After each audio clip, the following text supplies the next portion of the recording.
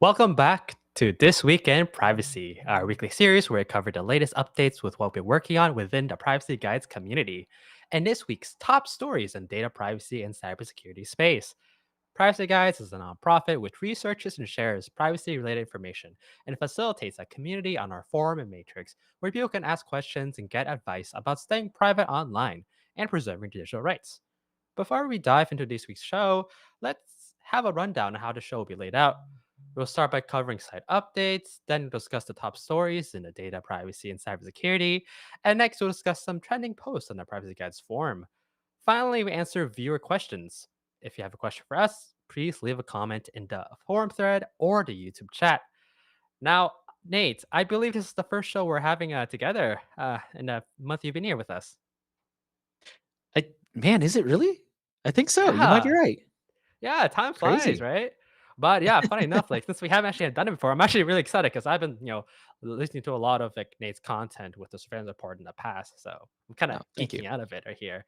Uh, anyways, Nate, I heard you've been working on some really nice videos on the back end. Yeah, let's see here. Well, first of all, we've released a few shorts this week. We did launch our merch store last week. That was pretty exciting stuff. And we released a couple of videos because I have a lot of you guys have noticed the shield poster I have in the background, and I also have a water bottle here.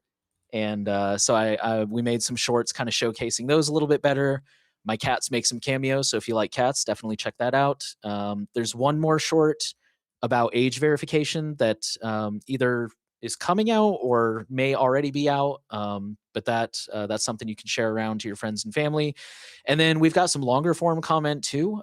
Jordan has already released or Privacy Guides has already released the first video in the threat modeling series to members. And then there's a follow up to that coming pretty soon. And the intro for the smartphone course came back and looks amazing. Jordan did a great job editing that. And that video is really short. So there's like a beginner video that comes right after that. And once those two are both ready, those should also be out to members here in the near future. So that's kind of what we got going on the video front. And is Jordan working on anything as well? I believe just the editing on all that stuff. I could be wrong about that Yeah. though, Well, to I be think like honest. both of you are doing like quite an amazing job recently with the videos we're working on, especially in the threat modeling course. And uh, really excited to hear like what you've been going to work on. Uh, Next, we're going to cover some site updates. And we don't have a pretty slow week so far in terms of website updates. But what we can, however, remind you is that our merch phase one has been released, meaning it's still up. Um, I believe our sale is still going on. So please make sure to chop into our uh, official merchandise store and buy some amazing merch, including just this water bottle. Anyways, I think that's all we have in terms of site updates. Nate, let's jump into the first article on Session. I'll be honest with you, I've heard a lot of amazing things about it lately, and they're finally implementing port forward secrecy and post quantum encryption. I was assuming you know anything about that? Yeah, I am kind of familiar with Session. I've tinkered around with it a little bit. I've interviewed Key from Session a couple times, and so Session, in case anybody doesn't know, Session is an encrypted messenger, and they've been pretty controversial. So they started as a Signal fork, like a fork of Signal, but their big claim to fame that makes them really popular in the privacy community with some people is that they require no information to sign up.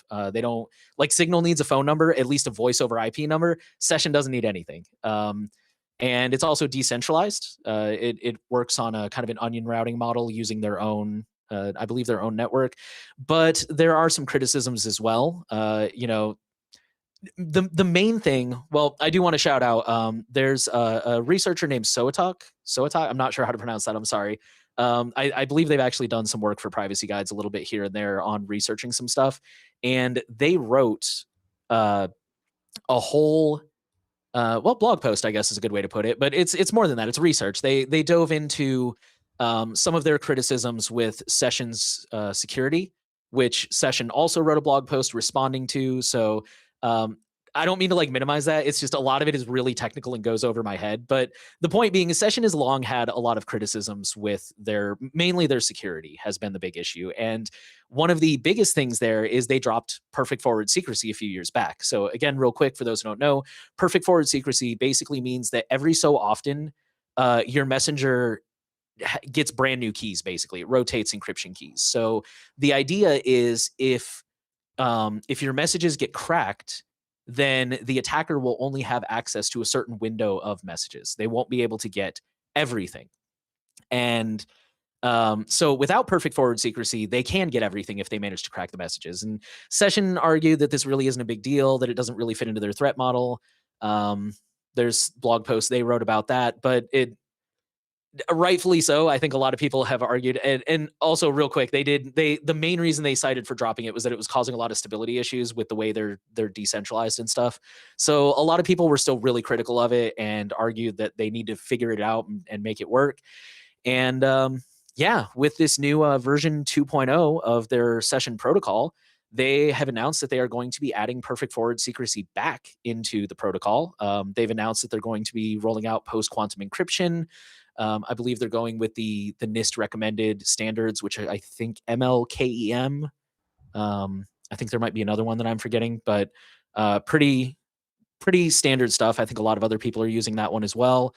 And they're also, this is kind of smaller news, but they're also adding in some device management, which is another kind of piece of criticism they've had. Is right now, if somebody were to link their device with my session account, I wouldn't really know, and I wouldn't really have a way to do anything about it.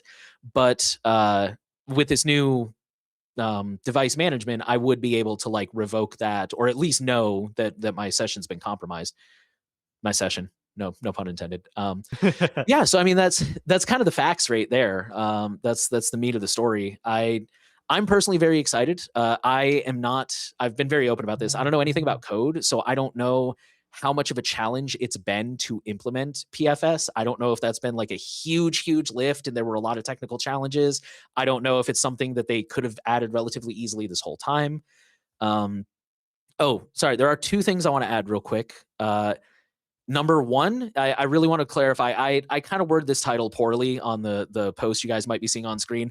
This protocol is going to be rolling out in the coming year. So Session does not have PFS yet. It will be rolling out over the course of 2026, and they will be posting more technical details in the coming year. And also, I did message Key and I asked him, now that they're doing this big overhaul, are they planning to do another audit? Because they did do a third party audit a few years back. He did say that that is something that they are interested in doing, but they're not sure when they're going to do it. Because the thing about audits, and it's always important to remember, is it's a snapshot in time of the code.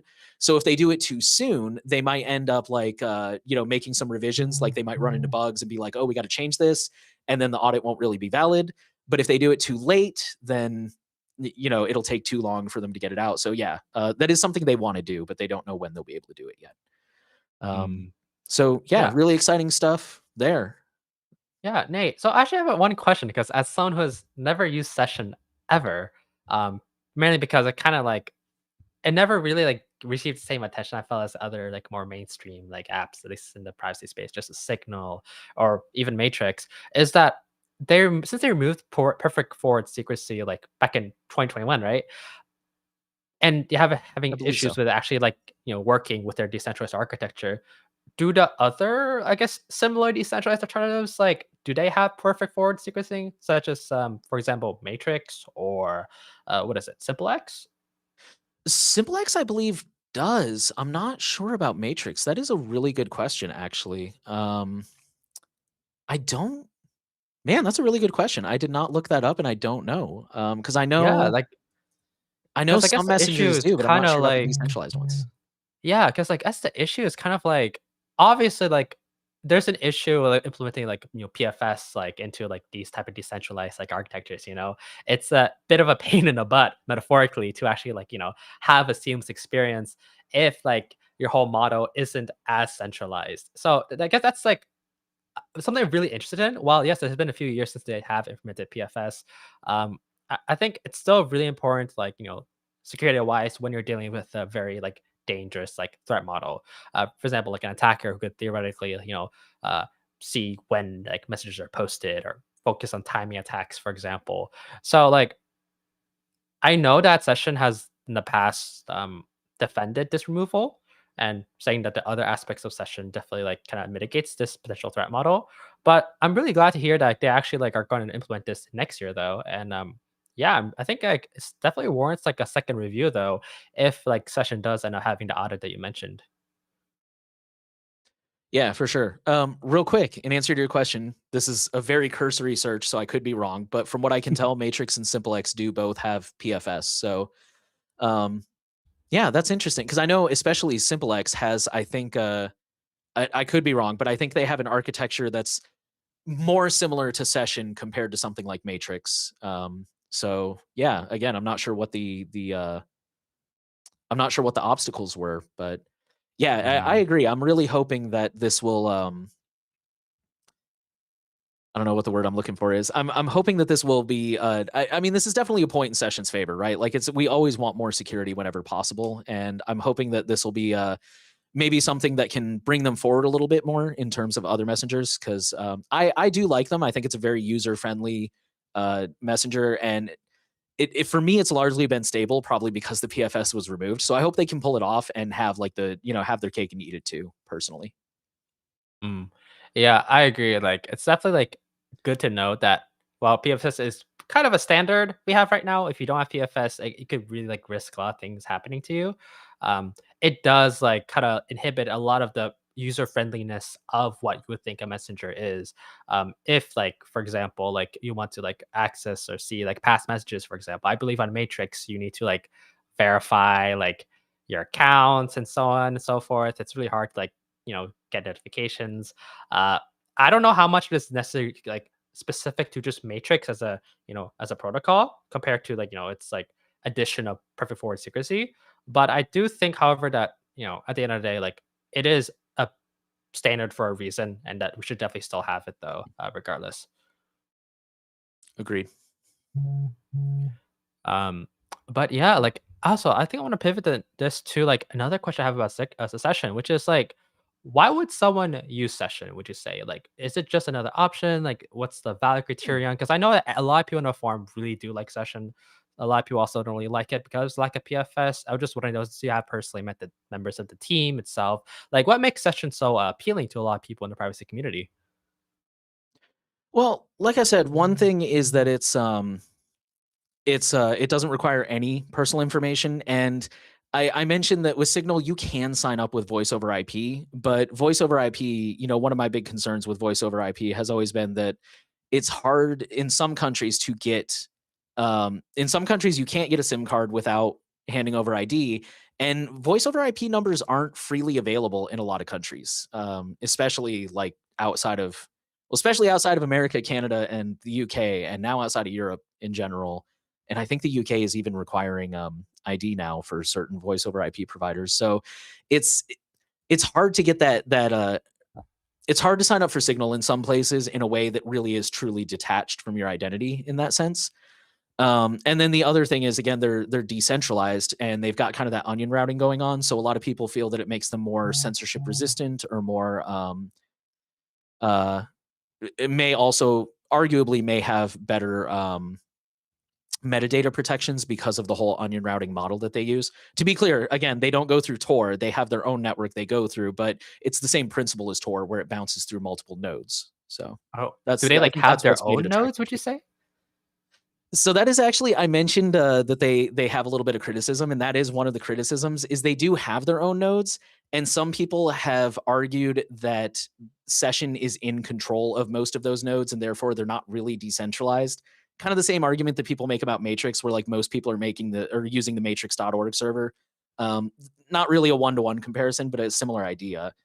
I personally do not know how true that is, just in the sense of like every time I've seen somebody bring up that argument about Session and the node control, it's always presented in a very technical graph that I personally don't understand what I'm looking at. So I don't know how true that is, but that is a complaint I've heard. Mm.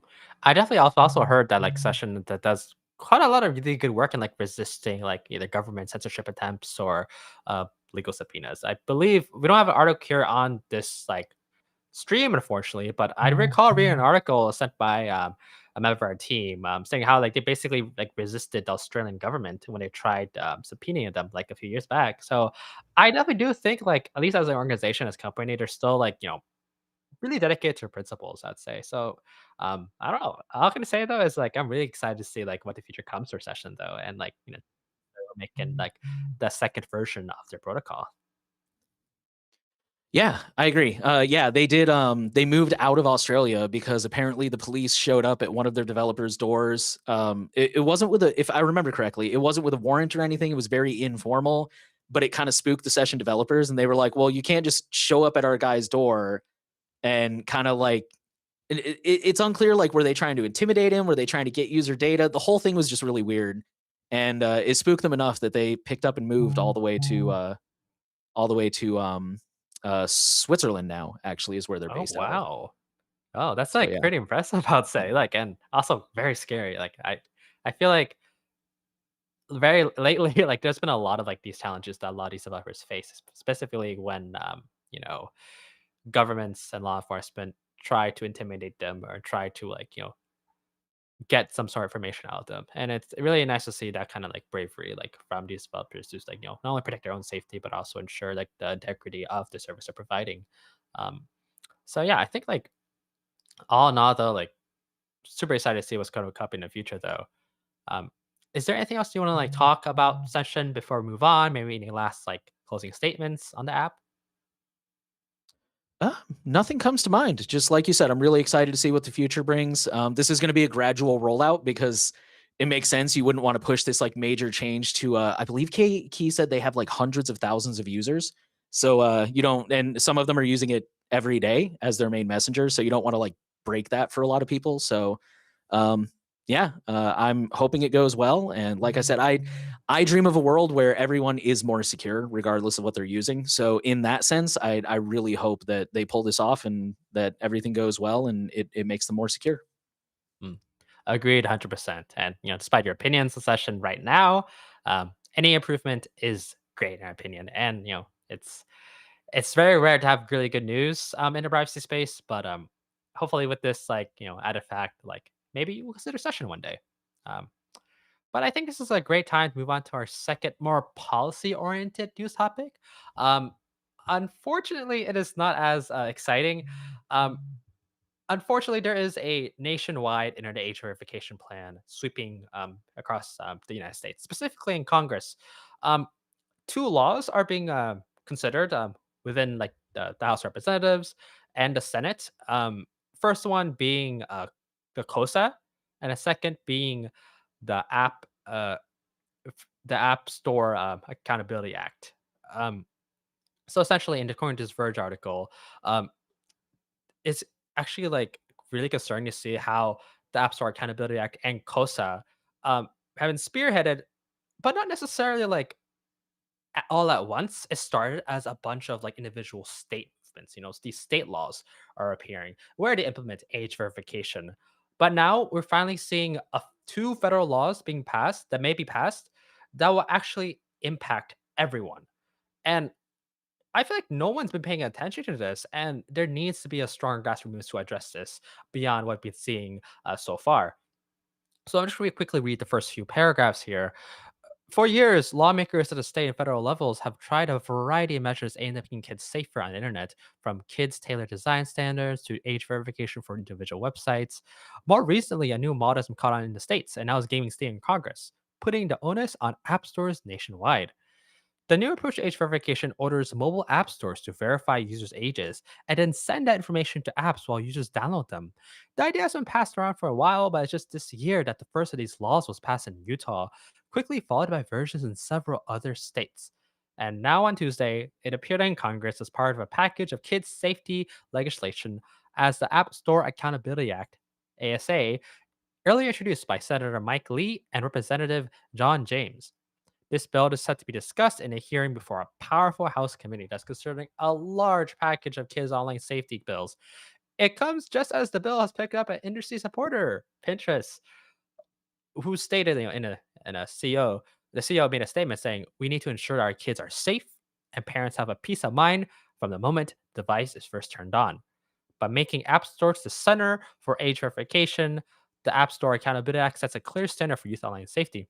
However, companies like Meta, Snap, and X have also expressed broad support for the App Store approach and applauded the federal bill when it was introduced, which is sad, because it seems like they're shifting liability from themselves to the App Store provider.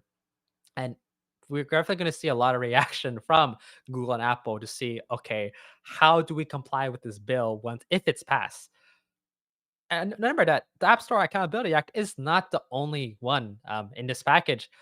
It's actually kind of a sideliner, and it's actually headlined by Revamped Kids Online Safety Act or COSA.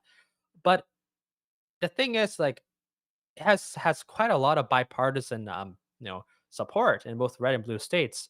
However, like the only challenge so far that we've noticed is that there's currently a court case in Texas, or rather, which opposes the version of a law in Texas by various opponents, just the Tech Industry Association and various grassroots organizations such as the EFF. So, like, it's a very ironic like alliance here so far. Like, we noticed like both the tech industry and grassroots organizations like the EFF, they both oppose this like these bills, but in relatively different lens. The EFF may oppose this for obvious reasons, of course, which is to ensure that there's no age verification bills at all. Well, many like people in the tech industry are rather split on this, with some which are more focused on application side of things, such as social media platforms or individual developers that may want that liability be pushed onto app stores or platforms. However, we've noticed that there's another side of things, which is just Google and Apple, who actually operate these app store platforms and may be a little hesitant on implementing any app store accountability. So it's a rather complicated solution right now, and we don't really know like what to say besides age verification bad. But it appears like the current trend across the world and states that age verification will happen no matter what we do. And I guess Nate, my question for you is in the highlight with COSA and the App Store Accountability Act kind of like storming Congress right now. Um, do you think grassroots movements such as ours, working in digital like security and privacy, like should we acknowledge that age verification will happen no matter what we do, or should we like continue like fighting against it to the end? Like, how do you feel like there's a solution here? There's some people I've heard that said that maybe they want like implement some kind of standard for on-device verification, which doesn't like have the same privacy like issues that per platform verification has. But I'm starting to feel like if we fight hard now, then maybe we should just like fight as long as we can.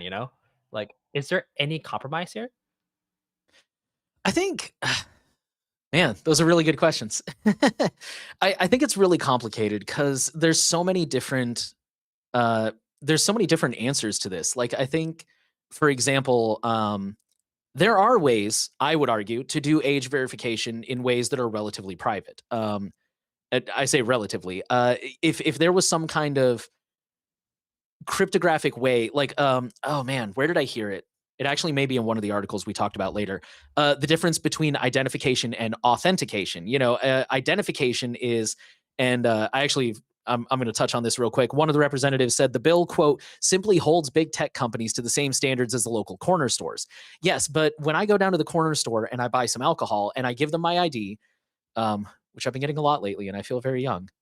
Um, when I give them my ID, they just look at the birthday and they go, "Oh, this guy's over 21. You're good to go." Versus like, and I mean, this isn't a one-to-one example, but if actually this is a let me revise that. When I give them my passport card, because I do that, all it has is like my name and my birthday, and it has some other stuff, but it's not really useful to them.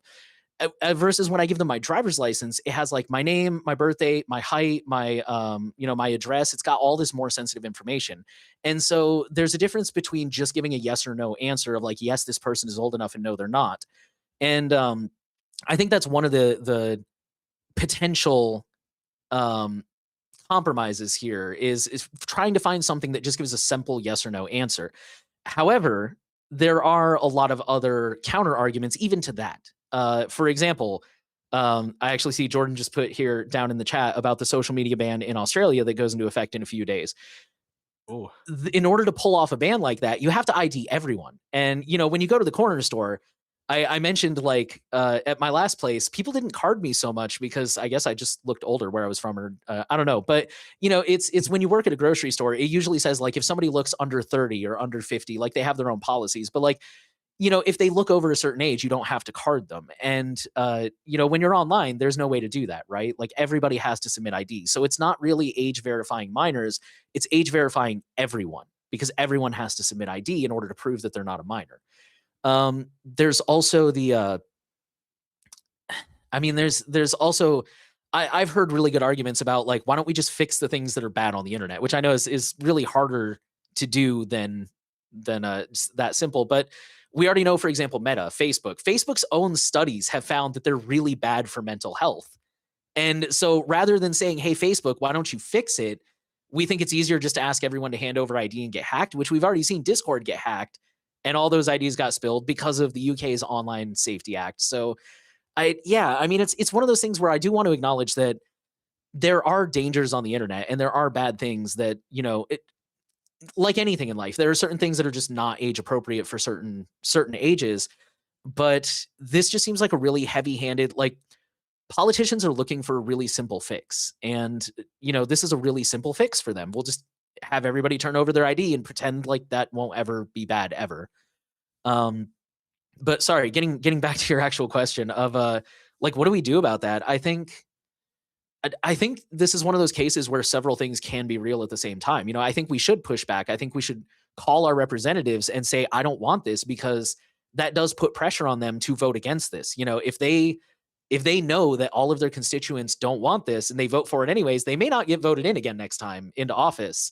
And they don't want that. They want to keep their jobs. So I think I think that is a good, pushing back on this, spreading education, spreading awareness, but also having a backup plan. What if these things do go into effect? What is your plan to? How do you want to deal with that? Do you want to comply? Do you not want to comply? I don't want to say you shouldn't comply with the law. That's probably not something I should say. But what's your plan going to be when that comes into effect? Are you going to stop using these services? These are questions you have to ask yourself. So. Yeah, yeah, indeed. And the thing is, like, already, like, people are circumventing like age verification, like, Mhm. mandates through the uses of VPN, even in countries like Australia. Sorry, Jordan, where they're about to implement a ban on all children, well, people under 16 from accessing social media. And we all know that VPNs exist. We all know circumvention exists. Though, you know what it does like harm though? The average person who does not know anything about, how technology works, how to use a VPN, it's just gonna make life so much harder to do the things that, like, you want. And it won't just start with, at first, it started with adult content, which is a very reasonable thing that I feel like the average person, maybe when asked with a question on the streets, "Hey, do you support age verification for not safe for content?" Then maybe like, "Okay, sure. I don't want kids doing that." I mean, that's a very easy thing to ask if you're not like, know the harms of doing so. But things like mandating app store verification, you know, or mandating like social media verification is just going to like harm the average person far more. I would predict that in the future, if COSA or the App Store Accountability Act ever gets passed, they will just simply like increase the harm that breaches already have. In fact, it's going to be easier because they're finally they can target companies whose whole model for making profit is to store their IDs and not give a shit about the privacy that they have. So, you know, I it just sucks to know that like the person that will hurt from this will probably be someone like your mom or your little cousin or your children. Maybe not necessarily people like us because we know how to circumvent this, which I'm not necessarily endorsing here. But it's sad, And I guess another question I have, Nate, is there's a bit of a complicated alliance going on, at least in regards to the ASA, specifically between two big tech companies, Apple and Google, and digital rights advocates like the EFF and of course us as privacy guides. So my question is, do you feel as if like can we advocate for against ASA, like, or should we like view it as like a net positive from having every single company ask for age verification. Like, do you think like App Store verification is like an acceptable solution since it kind of minimizes that risk?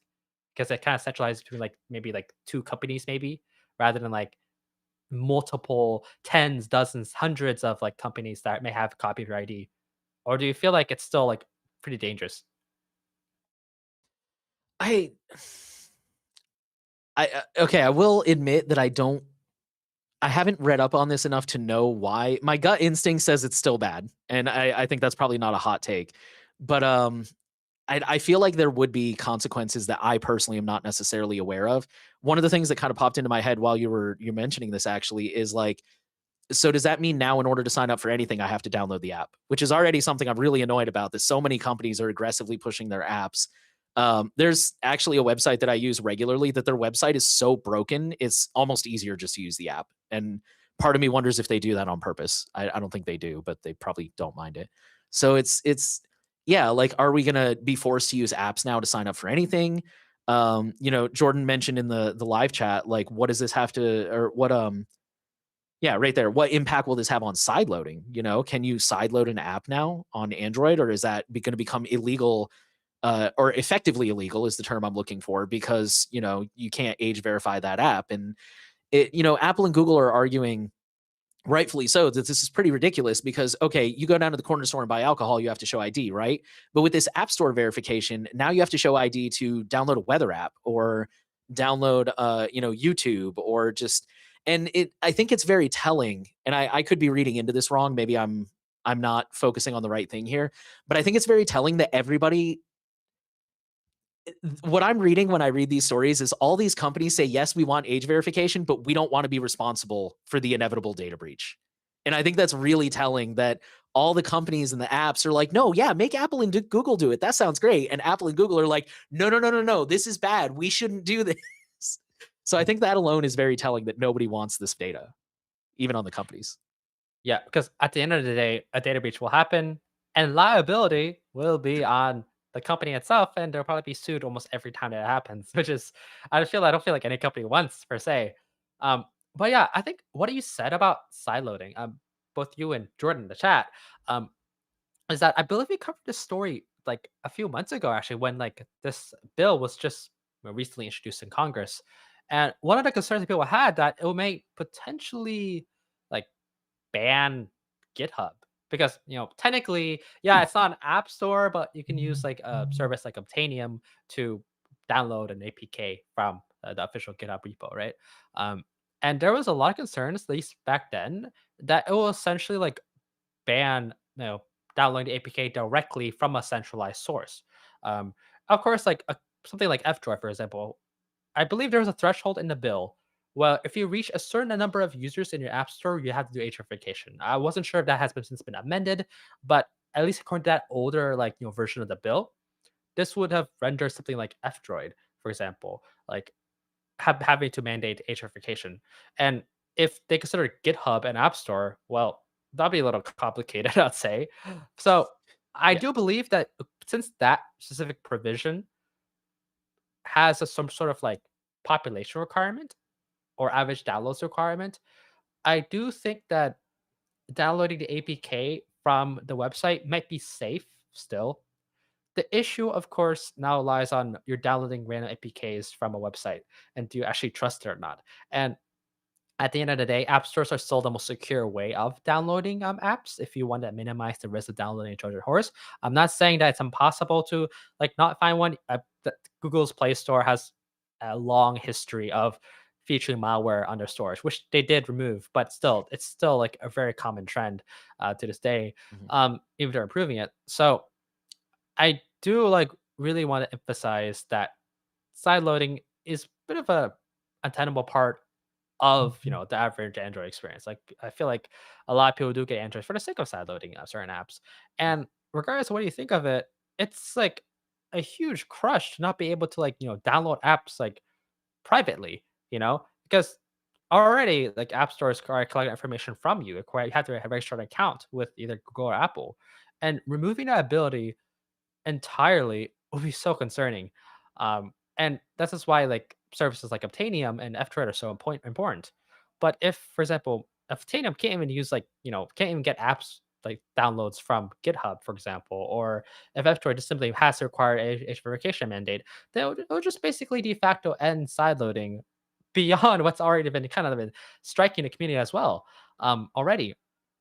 So it's such a complicated problem that we can't really have an answer for until the bill is passed. But hopefully, it will be shut down. And I'm gonna like quickly share a website for you.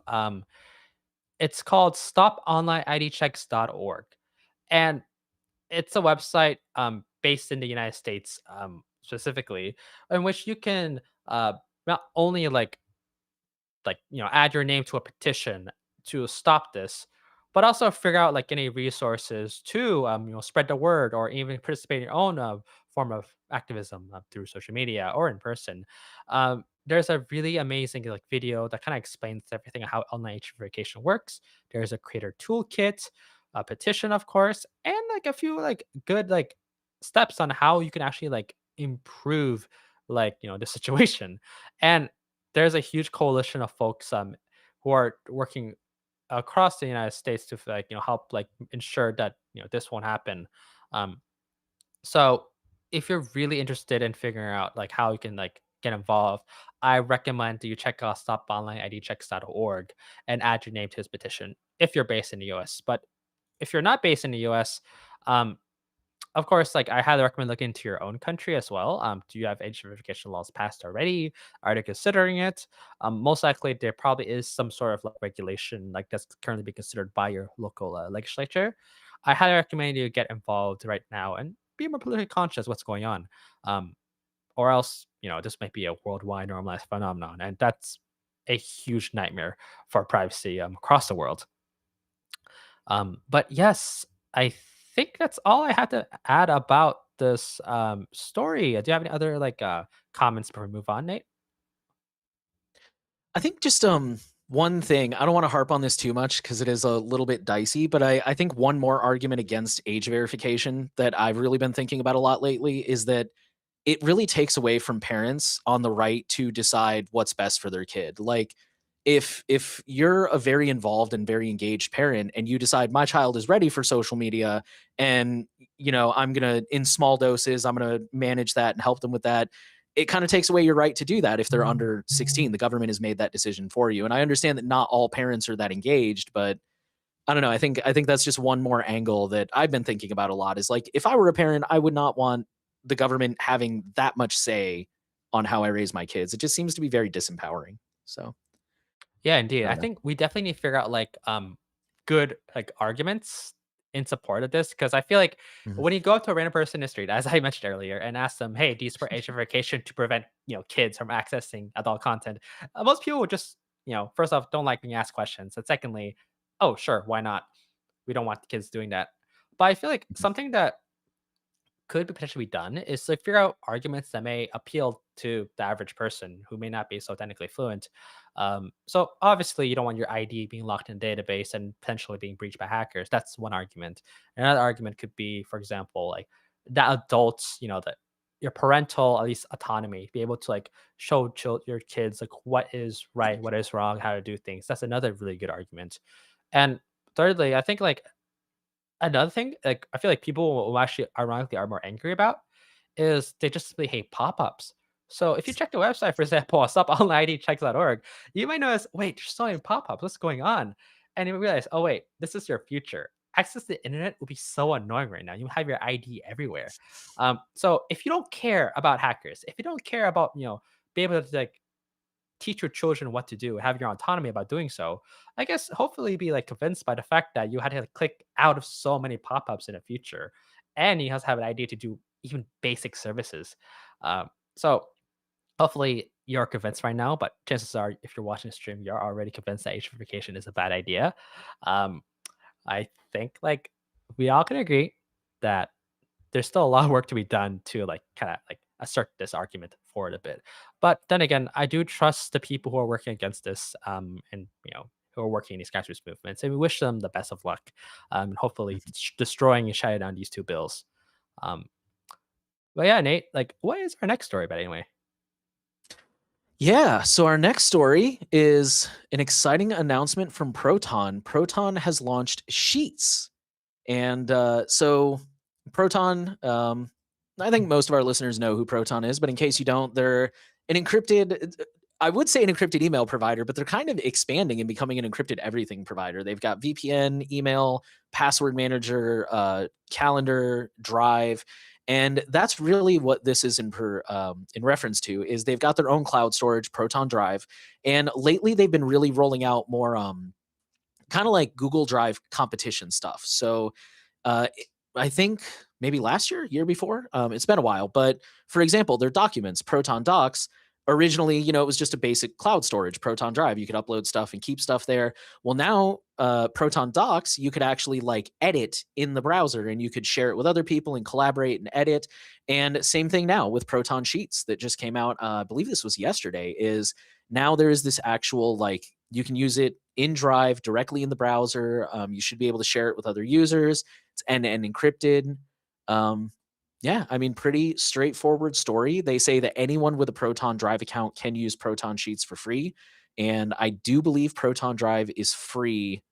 I could be wrong about that. I'll check that in a moment, but yeah, it doesn't. I mean, of course, it is one of those things where if you pay, you get more features. But I guess Proton Sheets should be available even on the free tier.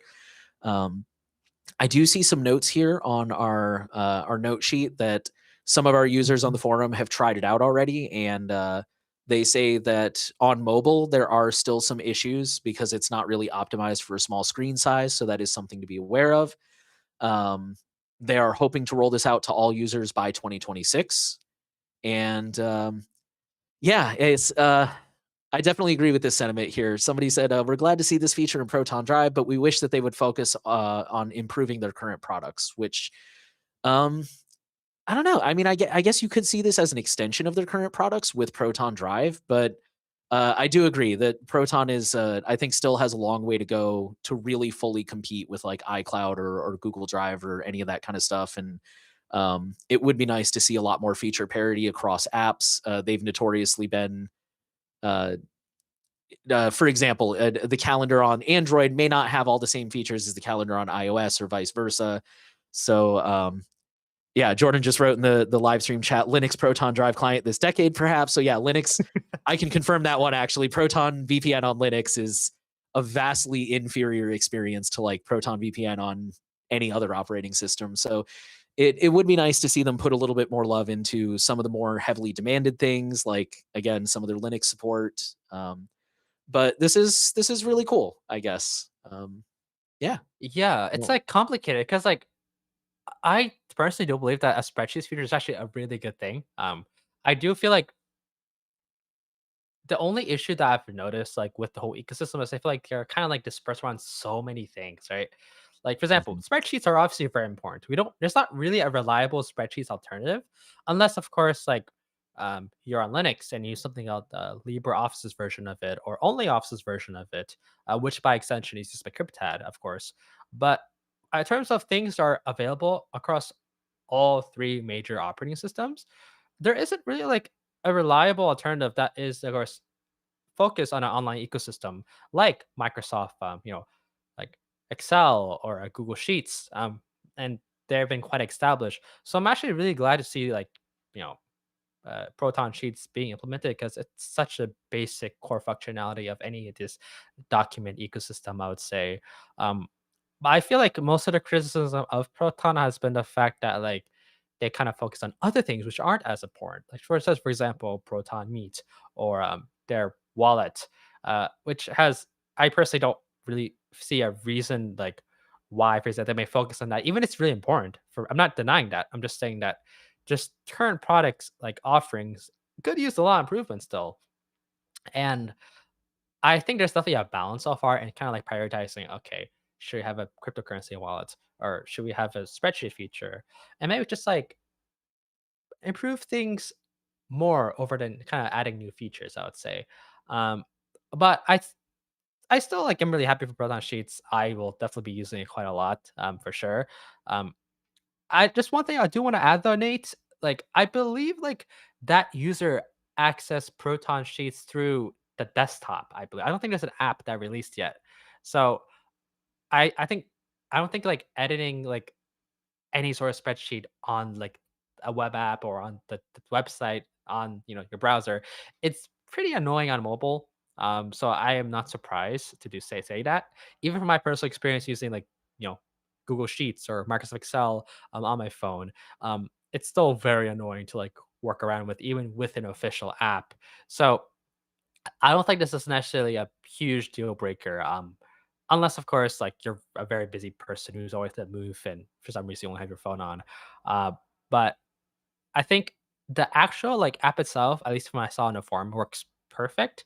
Um, it might be a little less feature dense as Excel and Sheets, Google Sheets, but Proton Sheets is still like pretty good. Like at least like as a temporary measure, I'd say if you just need to make a budget, if you're just trying to plan your next trip or make a few basic calculations, I think Proton Sheets works perfectly fine for your usage. But if you're looking for a more advanced, tooling, you may want to look at, the current alternatives, such as, for example, OnlyOffice implementation of the spreadsheet feature, but potentially use it within CryptPad, which kind of enables that online ecosystem functionality if you're trying to manage a small organization. And this is what Browser Guides personally use. And so far, it's working pretty decently, I'd say. I feel like I've been working with like, the OnlyOffice's version of like the whole like, spreadsheet software, and it works perfectly fine, I'd say, so far. But I do want to emphasize that for better performance, you may want to like consider downloading either OnlyOffice or LibreOffice to testing out their individual like spreadsheet features. If you want more higher performance, I'd say. But really glad to see Proton Sheets, slowly being implemented. It should finish rollout by 2026. But I'm really excited to see how this really goes on in the future, and hopefully this ecosystem will be a lot more convenient for folks who may not want to, for example, self-host CryptPad. Um, but yeah, really excited. That's all I had to say. Yeah, I have nothing to add. That's yeah, exciting stuff. We'll see what the future brings for them. So I believe you have this next story about a new potentially anonymous phone carrier. What can you tell us about that? Yeah. So you might have heard of the Careless Institute before. A very long-standing organization based in New York City that's done quite a lot of amazing work with like digital rights advocacy. A lot of people mostly know them for Calyx OS, which a lot of people have very strong opinions about. But I feel like people like have heard recently like there's been a bit of a transition. Their founder, Nicholas Merrill, recently stepped down a few months ago, and people didn't really know what's up with that. What's going on? What's our conflict? What is Nick planning? Well, it turns out Nick is launching a phone carrier now. So for context, it's an MVNO similar to the lens of something like Mint Mobile, for example, or you might have heard of a carrier called Cape. But essentially, he launched this MVNO called Pharaoh. Its logo is an armadillo, and the idea is like, what is that it will like separate your account information from your payment information, and the idea is like any some sort of like activity you may do, like with your accounts, just making payments or registering a new SIM, it won't be tied back to your account identity, meaning that this carrier, Pharaoh, will not know who you are unless you actively give them information such as the email address. Apparently, it only requires like a zip code, I believe. But something like I've noticed too is like if you read through this like spotlight on the Wired, where they did an entire profile on Nick, his history working with Calyx, and his time like fighting against the U.S. government after being served a gag order. Um, we see here like there's also like a bunch of like really good things off Pharaoh, but also a lot of misleading or potentially like issues with Pharaoh as well. And I really want to spotlight before you make a decision. Um, so for starters, like the way that Pharaoh works is that it operates under something called the double blind armadillo model. And it's a cryptographic model. I'm just going to read like this paragraph right here. Signing up in a customer phone service without knowing the name is surprisingly legal in all 50 states, Merrill says. Anonymously accepting money from users with payment options other than envelopes of cash brings the more technical challenges. To that end, Faro has implemented a new encryption system it calls Double Blind Armadillo, based on cutting edge cryptographic protocols such as zero knowledge proofs. Though through that kind of mathematical slew of hand, these crypto functions are capable of tasks like confirming that a certain phone has had its monthly service paid for, but without keeping any record that links a specific credit card number to that phone. Frio users also pay their bills, or rather prepaid them, since Frio has no way to track down anonymous users who owe them money with a tough to trace cryptocurrency like Zcash or Monero. However, like if you actually read through the white paper itself, there has been some issues with it, even it's such a very interesting concept. The idea is that it Double Blind Armadillo was developed by a company that Firo has like subcontracted, and what they have done is like they came out with this like proof which ensures like a existing you know model called privacy pass uh is quote unquote double blind, and the idea is like there are two services. If I'm sorry if I butchered this, I oversimplified this, but essentially there's two services that will not know who each other is. And that could be, for example, like your SIM card, when every time you register it, for example, like it will not know who you are. And additionally, like you will not I believe the Pharaoh itself would not necessarily know like whether that specific SIM card is tied to you at all. So however, it isn't a perfect implementation of double line privacy has. They have admitted, according to like this forum post actually that Jonah mentioned, that it's not particularly a perfect implementation of it. Um, he mentioned that I'm just going to read this out loud here. Like in this specific white paper in paragraph 4, um, they've admitted that they're simplifying double blind privacy pass quite a lot. And so it's not actually truly double blind, and the irony is just completely misleading, like at all. So it kind of begs a question, however, of why are they using such a simplified version of an entire model that I spent countless man hours writing, only just to mention, okay, it's not actually double blind, you know? Um, So there's also a lot of other issues as well. For example, it's so expensive. On the website itself, its plan, which essentially allows for 2 gigabytes, for example, it costs around $25 with additional which additional markup if you go past that amount. But the other plans are outrageously expensive, even by American standards. You could easily find a similar solution with Mint Mobile, pay with only cash at a physical store, and you get a SIM for only like $10, $15, maybe even less or more, depending on their data needs. So I guess the question is like, is it misleading?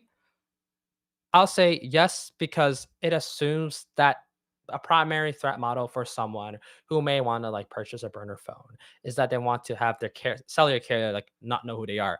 But what it basically does is that it doesn't really tie your actual identity to um, that SIM card specifically. However, that tracking still exists because Frill is an MVNO carrier based on T-Mobile's network, meaning that T-Mobile will still know, for example, that a phone with a certain IMEI number is connected to their telephone towers. They can still triangulate your location. They can still like know who you are. Maybe it'll be a little harder, but it's still possible to do so if your main threat model is preventing, for example, these tower dumps that law enforcement may do at a specific cell tower.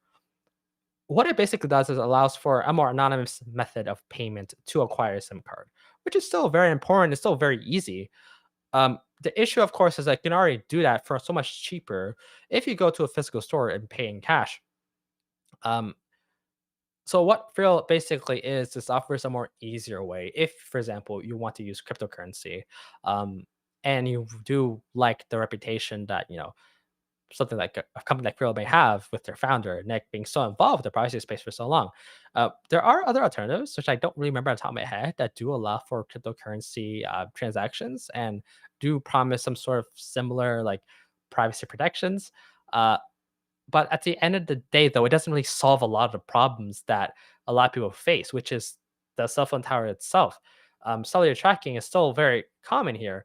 Um, so it's definitely been a mixed bag for sure, and there's still a lot of room, and for people who may want to like consider a real, um, But what I do say, however, is like obviously it really does depend on your threat model and obviously and also the resources that you have.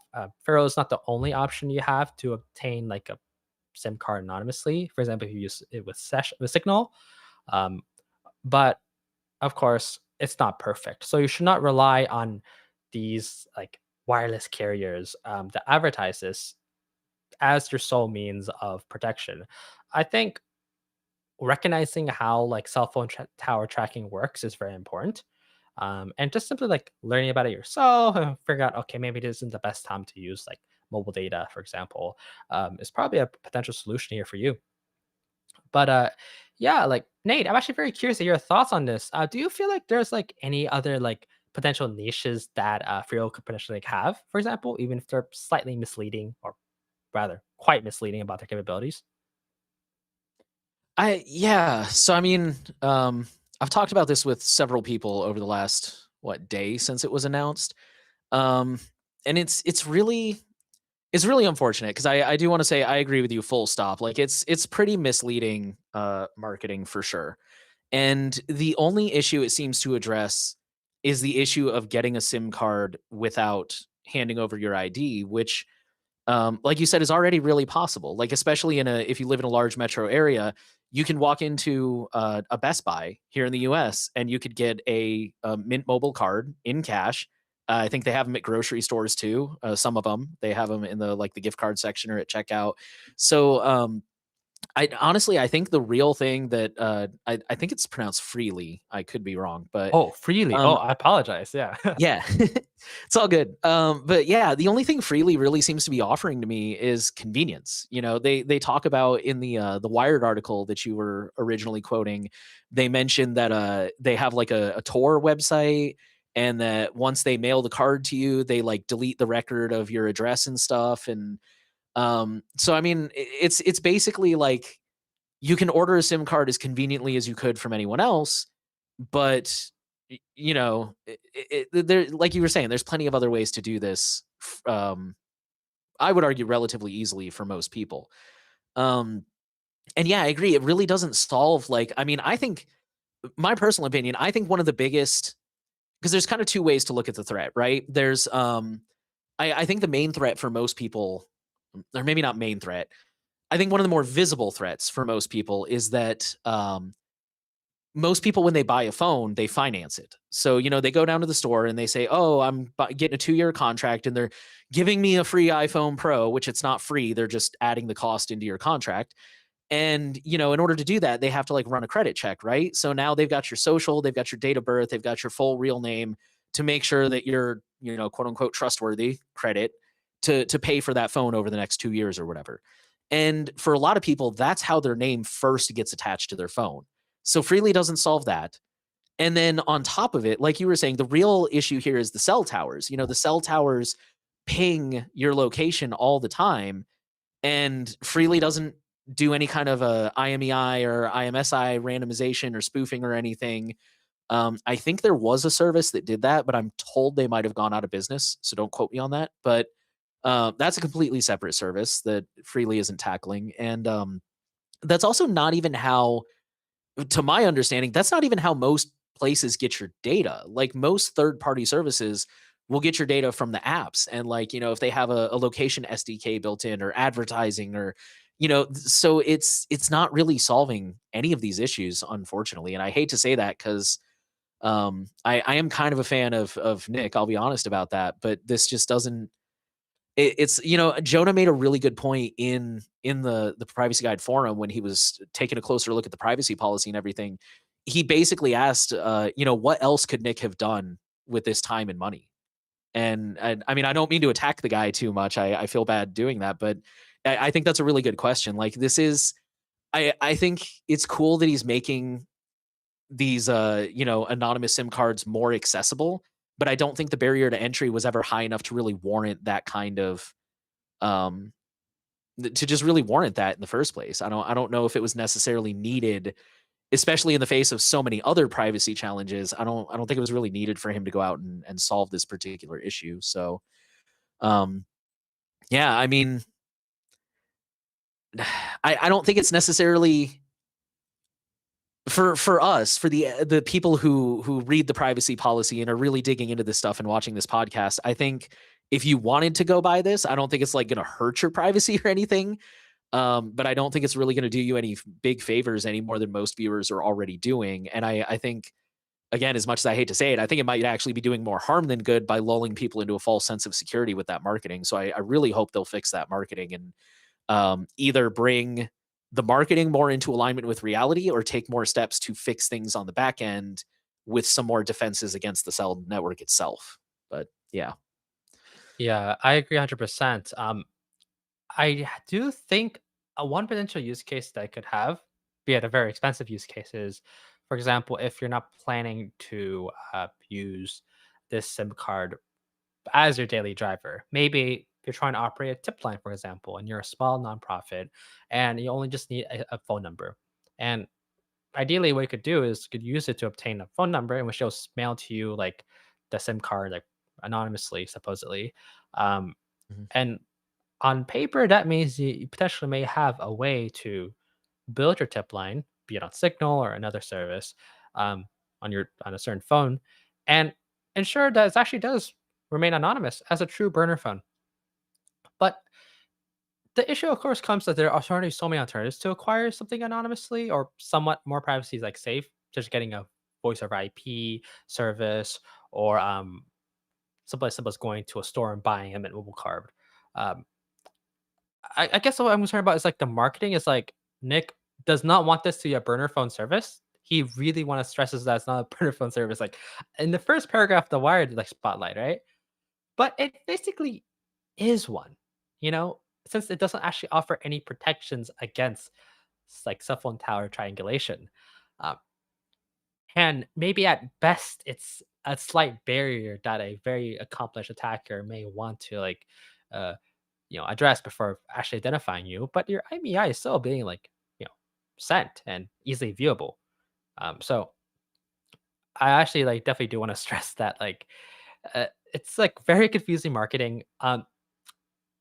I do like really like the work Nick does, and it's so complicated though because it's so nice to see like like someone like moving on from something they've been on for like 15 years, right? And the amazing work he does at Calyx, and I really want to support like his new venture. But he definitely needs to fix some of the marketing and tries to like actively like ensure that people are well educated on what it means to have an video service like freely compared to like an alternatives because the threat isn't that Freely knows everything about you. The threat is the settlement towers themselves, and unless they actually able somehow to get hundreds of thousands of cell phone towers across the U.S. like set up like overnight, uh, they are going to have to rely on T-Mobile. And at the end of the day, like the T-Mobile will have final say over what goes on over these towers. So yeah, it's like it's disappointing to like say this, but I think like there's still like a user's case for Freely, as you mentioned, Nate. But yeah, it's just a complex situation overall, right? Yeah. Yeah, and I mean, that's certainly true. There's so many threats on phones. Like phones are such a mixed bag because on the one hand, I've heard one cybersecurity expert say that like phones took all of the failed lessons from computers and fixed them. So things like there's much stronger, generally speaking, compared to a desktop. There's much stronger sandboxing. There's much better like updating. Like I can't remember the last time my phone failed to update, right? And had to roll it back or something. Like they're just a lot better at handling some of that stuff, but the privacy is just an absolute nightmare. And it would be so hard for a carrier to effectively. It's one of those things where like I don't think there is one service on a phone that could really say like this is a private phone or this is an anonymous phone because even something like graphene, if you download all the invasive ad filled privacy nightmare apps on a graphene phone, like graphene can only do so much to protect you from that kind of stuff. Like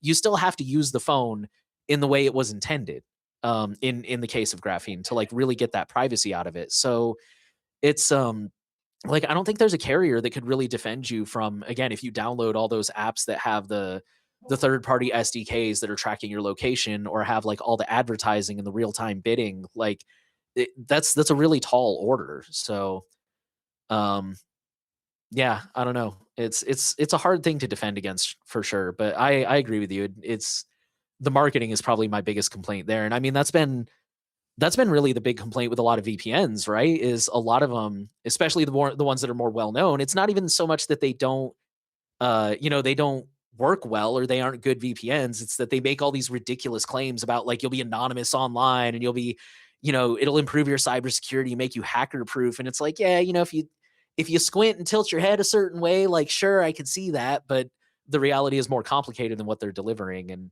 it's kind of the same thing with this. The reality is the actual threats are not really being addressed by this, I feel like. Would you say that is it possible to address any of these threats besides not using like cellular service, like using like your phone as a Wi-Fi only like device? Well, I know we're going off topic here, because you're doing No, a no, self that's like smartphone security like service. No, sorry, smartphone security. I believe guide or lesson, right? the course. Yeah. The course, yeah. So you should know a lot Um, about this, right? I mean, so is it possible? I mean, I mean, for the average person, I don't think so, to be honest, because the average person kind of needs their phone to be some kind of connected relatively often. Especially if, like, I've talked to a lot of parents who are like, oh, I need, what if my kid's daycare calls me in the middle of the day? I can't just not have a phone or whatever. Um, and I mean, there's some workarounds. Like, if you're always at the same office, maybe they could call your office or something. But, and anyways, like, it's like I was saying earlier, like, I don't think I think there are ways you could eliminate a lot of these threats, but I don't think there's a way to easily offload those from the user, unfortunately. And I hate saying that because I don't like putting, just me personally, I don't like putting unnecessary stress on the average user. I don't think a lot of, you mentioned earlier on like the Kids Online Safety Act and how it's the age verification stuff will impact your loved ones. And I don't think it's realistic to ask every single person to just not have a phone or self-host everything and stuff like that. So it's unfortunate that there is no like, oh yeah, there's a service that'll defend against this or stuff like that. I think there's a patchwork of services and a patchwork of habits. Like the one I mentioned that I'm not sure if they're still around is that pretty good phone privacy service. I believe it was called Invisive or something like that. Mm. And yeah, invisive.com, PGPP, pretty good phone privacy. And basically that was a service that rotated your, I believe it's your IMSI periodically, depending on which plan you paid for. But I mean, that's good Lord. I'm looking at it right now. If it's assuming it's still around, for $5 a month, you basically get one IMSI, if I remember correctly. So you're rotating maybe once a month. For $40 a month, you get 8 changes, so like every twice a week, maybe. Um, yeah, and then the most expensive plan is 30 changes for so like one every day for $90 a month. But point being, like that's crazy expensive, and that's just one thing. That doesn't tackle the IMEI, which I don't know which one is worse, to be honest with you, in terms of tracking and privacy. But those are both ways that you can be ID'd on your phone. They're both unique hardware identifiers. And then, like I said, there's all the apps on your phone. You got to be mindful about those. You got to be mindful about what you put on your phone, the things you have to put on your phone. How can you mitigate them? It's just if there is a way to use a phone privately, I think it would be a very, very tall order, even for the most advanced of us. And I'm not fully convinced it's possible, but maybe it is. Yeah, indeed. It's like it's so tough to like, consider that because I know it's theoretically possible to, you know, use your phone like a Wi-Fi only device and only do this. But in reality, life just requires so much like out of like you and your devices. You need a phone number to access basic government services. You need now there's a good chance you might need your ID, just to access things online. But of course, ID is normalized, of course, like as a way to authenticate yourself when you walk into a government office to apply for something, right? But the issue, of course, is now, yes, phone numbers are normalized, IDs are somewhat normalized in real life, and sooner or later, more things will be normalized in order to function in society. And now the question is, okay, as a person who cares about my privacy, who really cares about cell phone tower triangulation, like, is it actually worth leaving Wi-Fi, like relying on only a Wi-Fi only service? Should I get a SIM card? And vast majority of people will say, yes, I need a SIM card. This is a risk that I had to accept. But of course, there's a minority be like, no, I can't accept this risk at all. And it's sad to see like how it's so almost impossible to kind of like, you know, apply for basic services without things like a phone number or an ID, because those things are now normalized in society. It's funny enough, like all of that was recent. It's only recent until like we started having smartphones everywhere. Back in the day, it was you assumed that you had a landline. What if you didn't have a landline? And I guess these questions have been asked so and so over the past few decades, but it's just it's interesting to see how like it's so tough to like not have these things that we consider basic, or we kind of take them for granted. Yeah, definitely. And it's situation varies. Like I actually don't have a SIM card right now, but I just in the past couple of weeks I've run into situations where, oh no, you need a SIM card phone number to do this thing. And that I mean I haven't been able to get around some of them. Some of them you can get around. I don't know, we're kind of getting off topic with this one, but like I know there's those services that'll give you a temporary phone number, but I'm kind of paranoid about what if I lose control of that phone number. And Mm. so there's really no perfect solutions there. But yeah, it's phones are, for better or worse, they are part of our life. And for a lot of people, unfortunately, phones are how they interact with the world. Like a lot of people would prefer to be on their phone or download an app um, instead of using a desktop computer or the website. And so it's phone privacy is definitely something that is important, um, regardless. Yeah. Mm. Yeah, I agree 100%. Um, I'm just checking the time right now. It's 6:12 p.m. So we should probably move on to our last story. And thankfully, it's a happy story. So Nate, care to introduce that? Yeah. So our last story is a pretty quick one, but it is pretty important. And so far has a happy ending. The headline says India backs down from mandating the installation of government anti fraud app.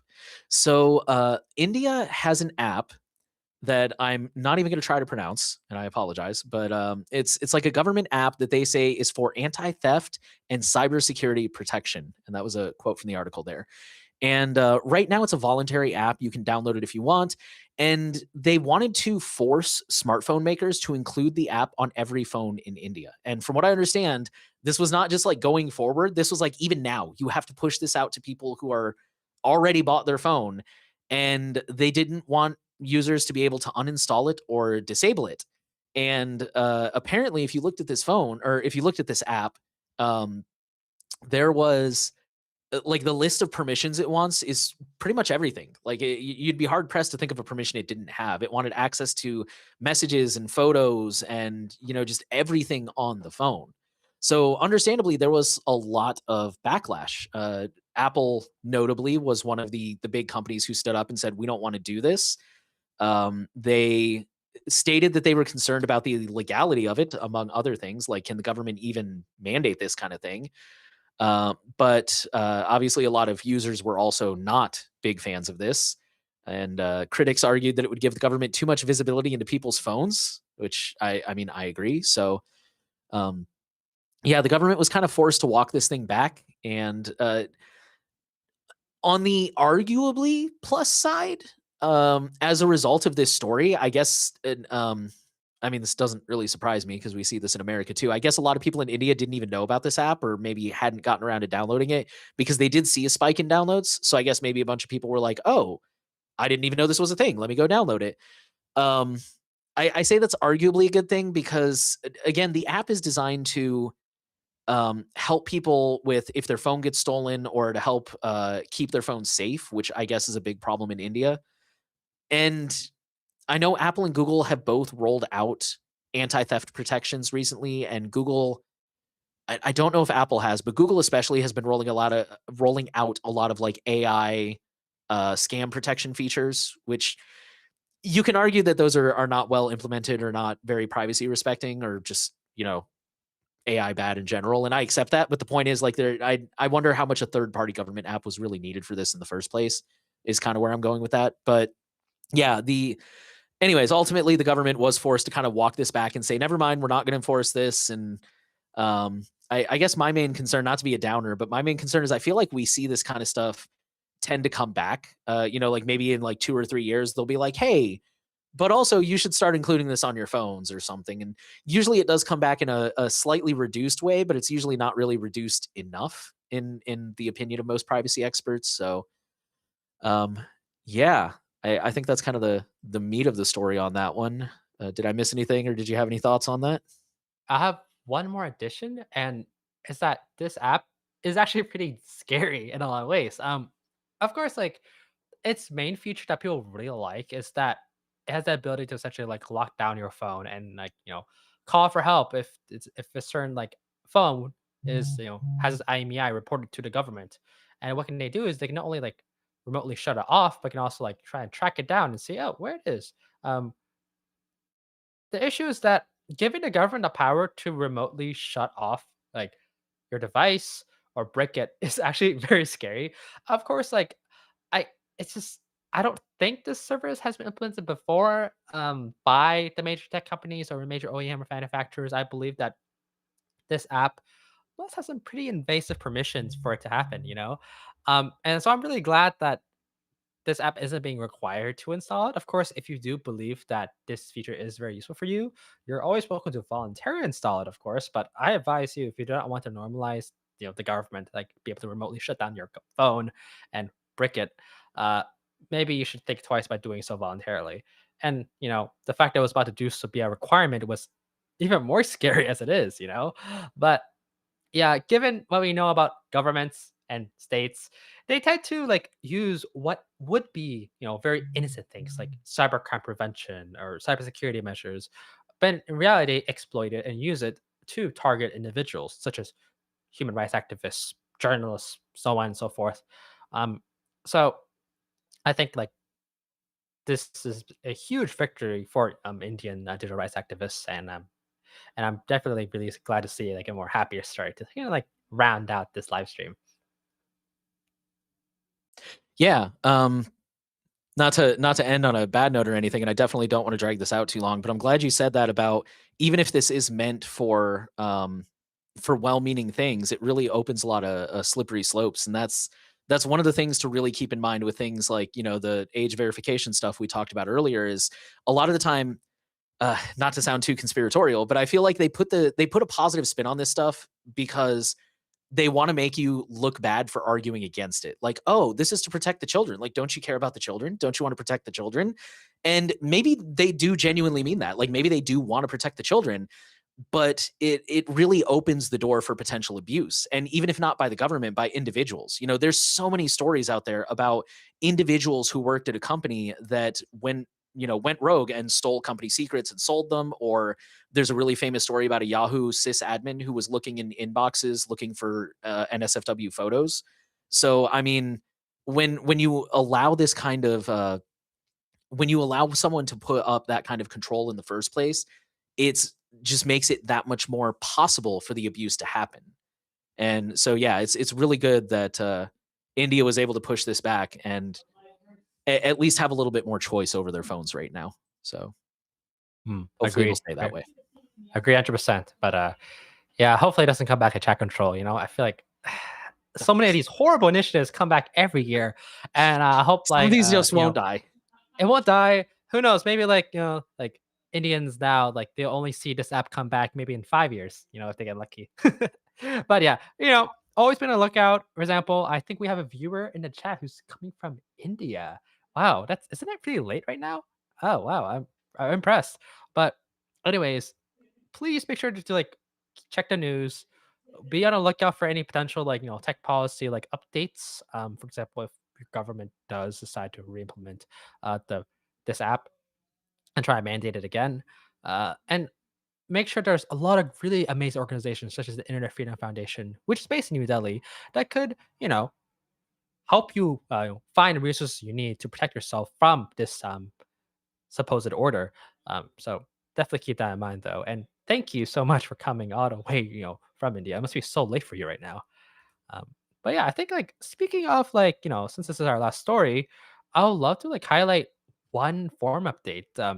It's been a pretty busy week, of course, with Freely being released and that being the main, I guess, form update so far. But I really want to discuss another less like I guess involved like form thread. I think is really important, which we won't show on the screen because we can't really show people's faces without permission. Uh, this user asked I don't want to use an iPhone or a Pixel. Doesn't matter which Samsung I picked. And just to basically summarize what this user said is that essentially every single Pixel phone out there are just simply too big for their pockets. And Graphene OS doesn't really support most banking apps in our country. Um, and they obviously hate iPhones. And since they don't have since they don't have a Mac PC, they don't have a Mac, meaning that they can't really like transfer photos or files really easily. And they're asking whether it's possible to get like a Samsung device that's smaller than 150 millimeters in height.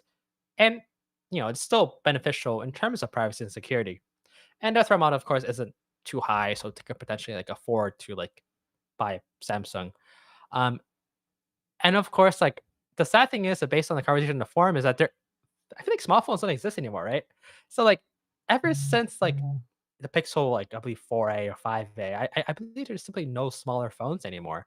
Um, so I guess with that limitation, I feel like Samsung is a potential good third place fit. Like especially if you get something like the Samsung Galaxy A56, for example, which still, has most of the bloatware minimized, but still has that, requirement of being like a smaller phone. But yeah, it's like it's a very concerning trend, Nate, seeing that smaller phones are kind of dying, and like it's so sad to see that, especially since like we tend to recommend the iPhone or not an iPhone, but we recommend the Pixel, of course. But there isn't really like isn't a lot of options for people who can't really use certain phones because of features just like its height or the size or even like things like, oh, I want to game on my phone or I want a headphone jack or SD card. And the fact of the matter is that even if like you buy a Pixel and it's really good privacy and security wise, has recent updates, it still isn't perfect for those who want certain things. And is that a compromise that they must like sacrifice?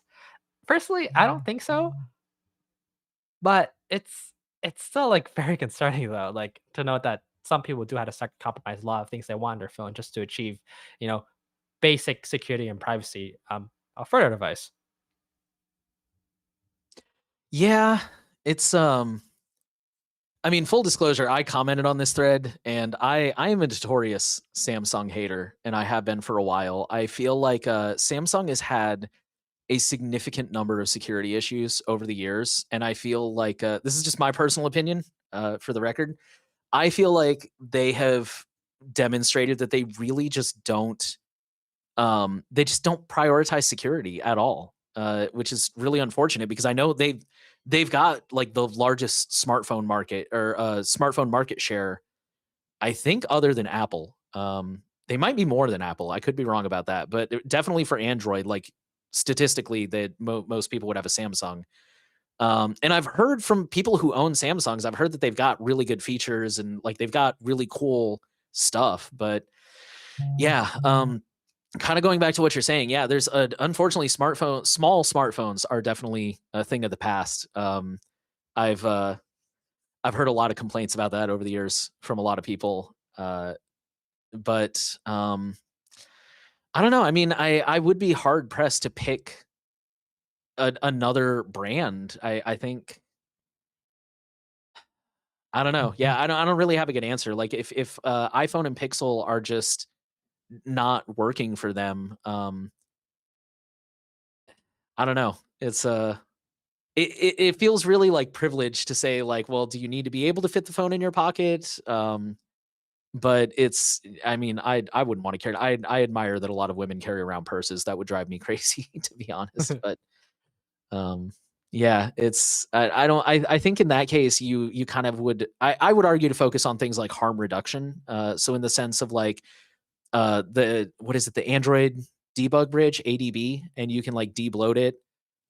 There is actually a script out there that's kind of like a not like a one size fits all, but like a general use. Like it'll get a lot of the common stuff without breaking your phone. So it may not get everything, but it'll get most of the stuff you don't need off of your Android phone. There's a word I'm looking for what I'm talking about, and it's not coming to mind. Um, but yeah, you could do that to kind of remove some of the bloat that comes with the phone. Changing settings, I think, really does go a long way. Picking better apps instead of the default ones. You know, we always recommend replacing default apps on a phone.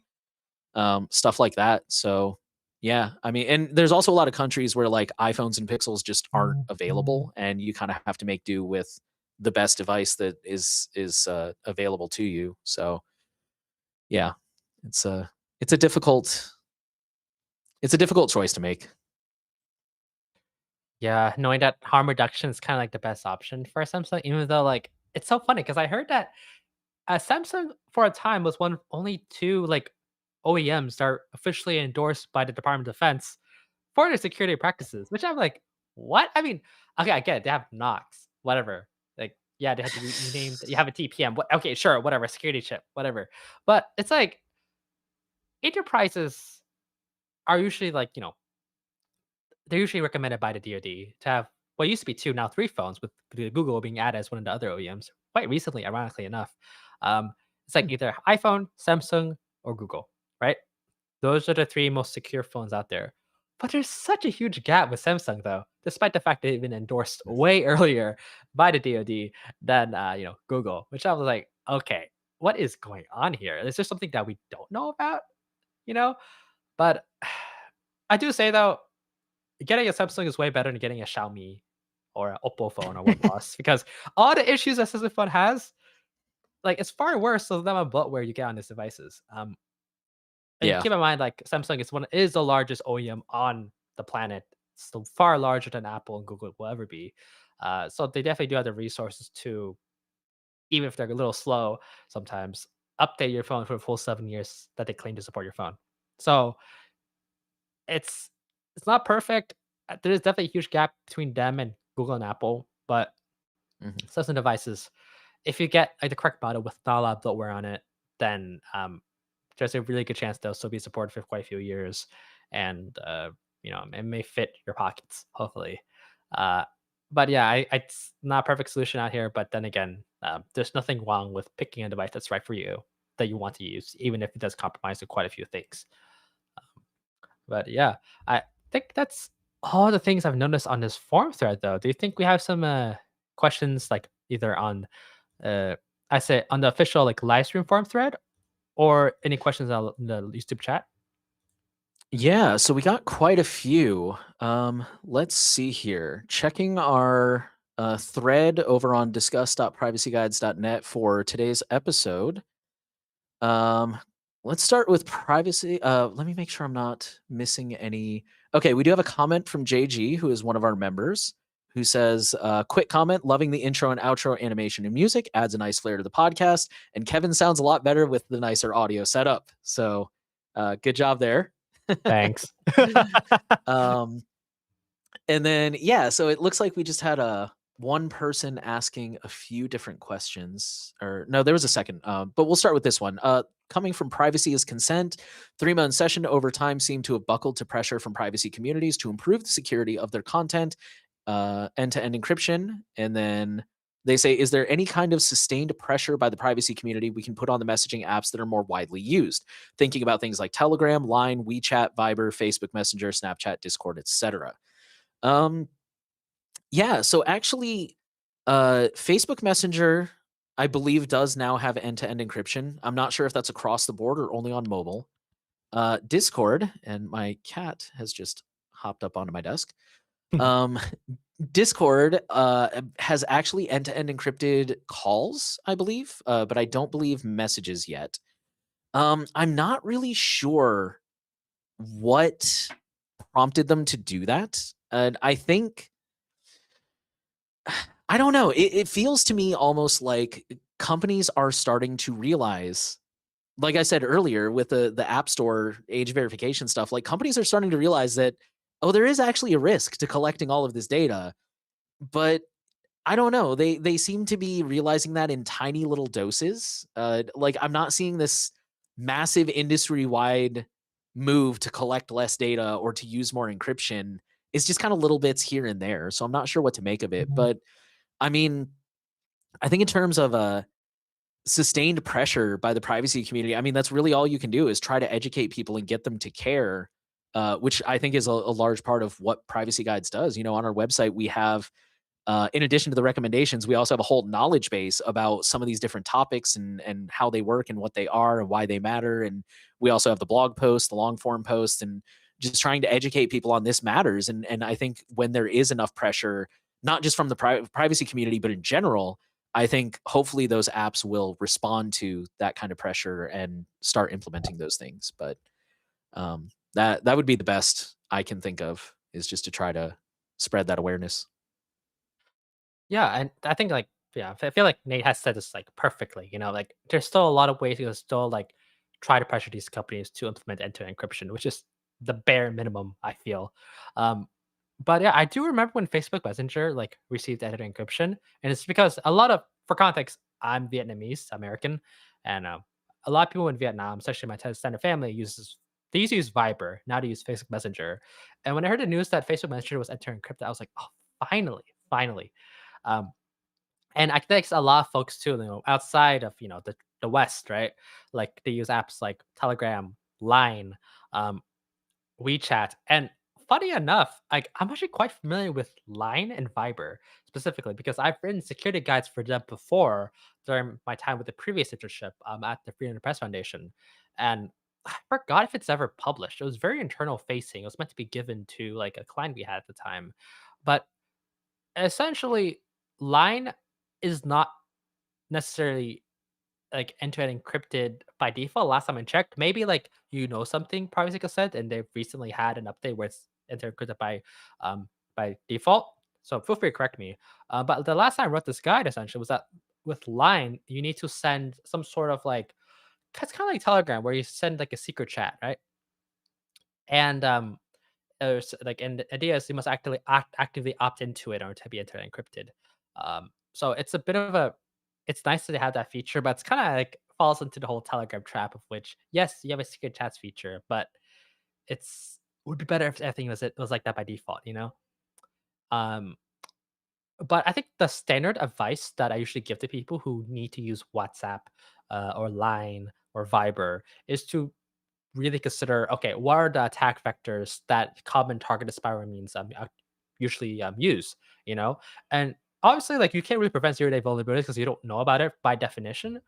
But some things you can do, such as turning off like previews, for example, like making sure that like URL previews or aren't like necessarily being sent to your phone, or preventing the auto download of images or media files is very important because oftentimes like malware can be embedded into these file types. um, be very wary about phishing. A lot of attacks nowadays are have emphasis on social engineering. So oftentimes it isn't really like a way to configure against that, but mostly just to, like be wary of the person you're talking to. And most commonly just simply never like respond to questions from strangers. And then finally is to like ensure that you go into the settings each like messaging app and ensuring that it doesn't collect your information more than it needs to or restrict some certain permissions for it. Um, Obviously, like with Line and Viber and WeChat, it's like really hard to get like the same level of like privacy and security as you may expect out of something like Signal. And the next best option is to encourage your contacts to switch to Signal, which is difficult because of network effect, of course. But then again, if you don't actually start challenging this, then we'll never escape this whole network effect challenge. Um, but yeah, I guess like that's all I can really say though, as someone who has written these guides before though. I highly recommend you like read up on how like human rights activists and journalists tend to get targeted by target spyware, and then figure out, okay, how can I prevent this from happening? But oftentimes the best solution is to simply migrate to another platform. But of course, I do want to recognize that yes, sometimes you need to use it to communicate with your friends, family, or colleagues. Um, so just I think there's a bit of a balanced solution here, and all in all, it requires a bit of a multifaceted step, of course, of acknowledging that you need to configure your app, but also like trying to like migrate as soon as possible if if the situation fits you. Um, but yeah, I think we can move on to the next question by anonymous498, who says, "Hi, I hope the PG team is doing well, and thank you so much. I typically don't really ask questions, but I do have a couple today. Since Nix OS isn't VHS compliant, which I assume is file system hierarchy standard. Oh yeah, normal binaries normal binaries aren't able to run without some workarounds. This means applications like the Tor browser and mobile browser aren't official. Could this mean that there's some fingerprinting concerns when using these unofficial binaries, should NixOS really be recommended then? Also, the security for Nix is severely lacking other distros because it's little to no support for AppArmor and SE Linux. Um, Thank you so much for that question. I think it's really important, and I don't personally don't use NixOS. Nate, do you use NixOS? I have never used NixOS. I'm sorry. So it's like I don't think both of us are necessarily like experts on this. So I apologize if like our answers aren't that good. But what we could definitely do though is like definitely post your question on the forum. And I'm sure like there's a lot of people on our community as well as official privacy guide staff who are more familiar with NixOS, and perhaps they can, for example, like give in their inputs. But just for my contextual information of what I know, um, I guess the issues you should be as concerned about um, is not necessarily fingerprint, right? And obviously, it is a concern. That's valid. But using unofficial binaries means that you're had to trust this unofficial source. It's the same advice as you give someone installing something from the Arch user repository, for example. You have to trust this random volunteer who's maintaining this binary, this package for you. So I guess the thing is like, do you trust whoever is maintaining uh, the Tor browser or mobile browser for an XOS? And I guess my answer is it depends. Obviously, like there's a genuine concern that like your version of Tor browser, mobile browser won't be as updated as the official versions of other distributions. So keep that in mind. Um, as for your question on AppArmor and ST Linux, uh, once again, like Linux has a lot of issues with sandboxing, as I'm sure you already know. And most of the distributions recommend, while they don't have it by default, besides something like Secure Blue, right? Um, what they do is they offer support for it. You can configure it yourself with something like AppArmor, SC Linux, Bubble Jail, Fire Jail, so on and so forth, right? Um, I guess my advice is that if you use something like NixOS, uh, I wouldn't like I wouldn't like say that NixOS is the most secure in terms of application sandboxing, but still like some benefits I'd say in regards to like NixOS that's still like very important, of course.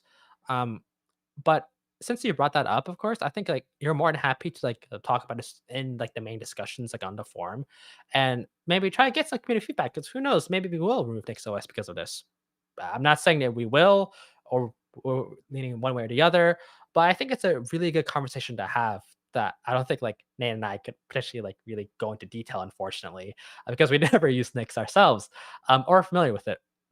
So definitely table this for another time. And please do like talk on our forum. There's a lot of people who are very, very passionate about NixOS or may not even like NixOS. So definitely like give that a shot. And then for your second question, you said if someone wants to start a blog, how can it be done in a private manner? Example, blogs like the Privacy Dad. Love your blog, by the way. Nate, are you familiar with like these blogging websites? I'm familiar with a few. For the last several years, I've been using Write Freely, which their official instance is write.as, AS. So if you wanted to check that one out, it's open source, it's federated. I believe it's self-hostable. I wasn't self-hosting, but you can self-host. Um, I think Write as sometimes locks down signups just to kind of make sure that they're scalable. Like, um, let me see here. Start a blog. Yeah, unfortunately, like right now, you would have to pay for it to sign up. Um, I think they do that to make sure that they don't like take on too many free users and then they can't support the infrastructure. But again, it's you could self-host it. So I guess my first thought is when you say privately, like what do you mean privately? Because there's a lot of options for self-hosting. Um, and then, depending on which hosting provider you use, there's some privacy there. So if you're talking about in terms of like, I don't want to give over payment to somebody like Ghost, for example, or Right As, we'll just go with them. If you don't want to pay Right As for privacy reasons, you could always self-host it. But I think when it comes to blogging, I mean, sure, there's definitely like you could do a lot worse. You could go with somebody like I don't know, Tumblr, I guess, that's just not at all a privacy respecting website in any sense of the word. They're not really aimed at that. But in terms of the more privacy respecting ones in general, I think my first question would be finding one that actually fits your needs, because like Right As is supposed to be very minimal, and that's kind of their whole selling point of their focus. Which I think they're very flexible, but they definitely might be missing some features that other users would be looking for. Ghost is very flexible; you can run a whole website on it. But, the getting back to what I'm saying is like the real question is like, what are you going to be posting there? Because if you're going to be blogging about personal stuff, like, let's say you're getting in shape and you want to. Sorry, I just did a video about health and privacy, so that's on my mind a lot today. If you're going to be talking about like getting in shape and sharing your health journey, then you have to be really mindful about talking about where did you go running, what was the weather like, like the little things that will give you away over time. Versus if you're going to be talking about more philosophical stuff. Like, let's just say philosophy. You're going to start a blog about philosophy and talking about the different philosophers and their viewpoints. That's probably not going to get super personal, and you're probably not going to reveal a lot of information. So, and then, if you want to talk about user privacy, like, well, how can I use a blogging platform that's not going to have any Google Analytics? Again, something self-hosting or something I don't think Ghost uses Google Analytics. I think they have their own built-in stuff that's very minimal. Again, Right As they have it was actually a little bit frustrating sometimes how little of analytics they had, but, they have very privacy respecting analytics built in. So, I think there's a lot of different options out there, and I would definitely encourage people to leave comments and share some more of their favorites. But I guess, yeah, that not to be pedantic about it, but that would be my first thought is specifically what sort of privacy are you looking for? So,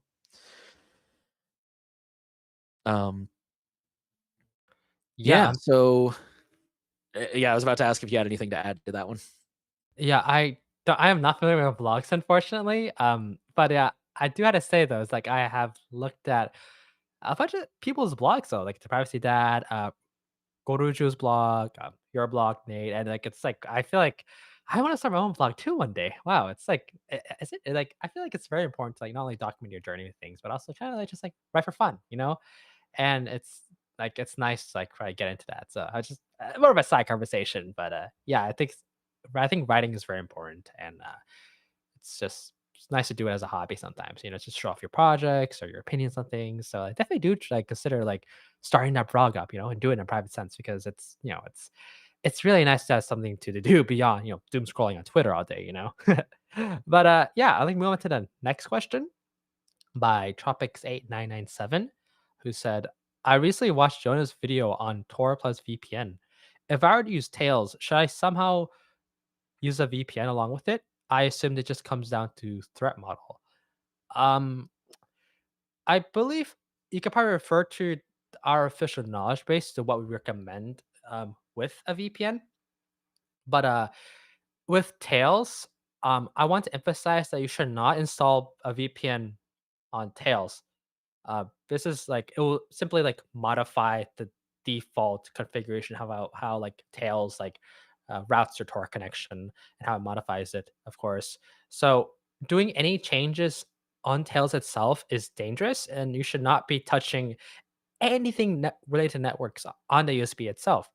But what you could do instead, however, is install a VPN on your router, for example. And the idea is that potentially like it will ensure that the VPN connection will not necessarily like I would say impact your like Tails connection without like potentially damaging it. But correct me if I'm wrong though, Nate. Is that like was that why we recommend we try like not to like have it so like you establish a Tor connection and go to a VPN connection, or is it you should install to a VPN first and then Tor? So, according to our knowledge base, which I'm glad you recommended that because it's been a minute since I watched. I did watch the video in question. The only recommended configuration, and I think I don't. Let me read a little bit closer. Well, I'll read a little bit closer here in a second. Oh, no, no. Well, okay, hold on. I'll read that a little bit closer in a minute. But according to the knowledge base, the only configuration we recommend is VPN and then Tor. If you're going to do it that way. And the reason we would recommend it that way is to hide from your ISP that you're accessing Tor. So in your scenario where you're saying put a VPN on the router, I think that should be acceptable because Tor would go on your device, go through the router, and then the ISP should still see the VPN on the router, if I'm thinking correctly. Um, so I think the reason we recommend that, I don't think it's necessarily mandatory for everyone, but I think it's let me see here. Yeah, if before connecting to Tor, you should carefully consider what you're looking for to accomplish. If you live in a free country, are accessing mundane content via Tor, are not worried about your ISP knowing that you're using Tor, and want to help destigmatize Tor usage, you can likely connect directly. Um, if you have the ability to access a trusted VPN provider and any of the following are true, you should almost certainly connect to Tor through a VPN. So you are already using a VPN provider. Your threat model includes an adversary which is capable of extracting information from your ISP. Your threat model includes the ISP itself as an adversary. Your threat model includes local network administrators before your ISP. So, um, yeah, I mean, in that last case, I think your advice about not putting a VPN on Tails would probably stand in at least 99% of scenarios, if not all scenarios. But I think for all the rest of them, I think, yeah, the best compromise there would be to put the VPN on the router, like you said. Mm. Okay, that At sounds least the good. way 'Cause I'm reading and interpreting this.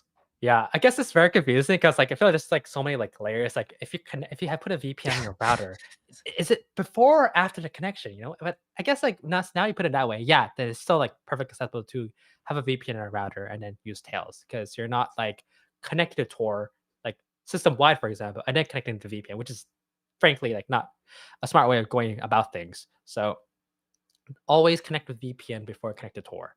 And for Tails, use a router. I think that's probably the safest way to use it, of course. And I know this is a huge debate topic of whether or not I should even use a VPN in the first place. But according to our official knowledge base, it's actually safer if you're trying to like hide your usage from, for example, your ISP or local system admin. Um, but yeah, I think that's like all the questions we have on this forum thread. Are there any you've noticed, Nate, on the YouTube chat?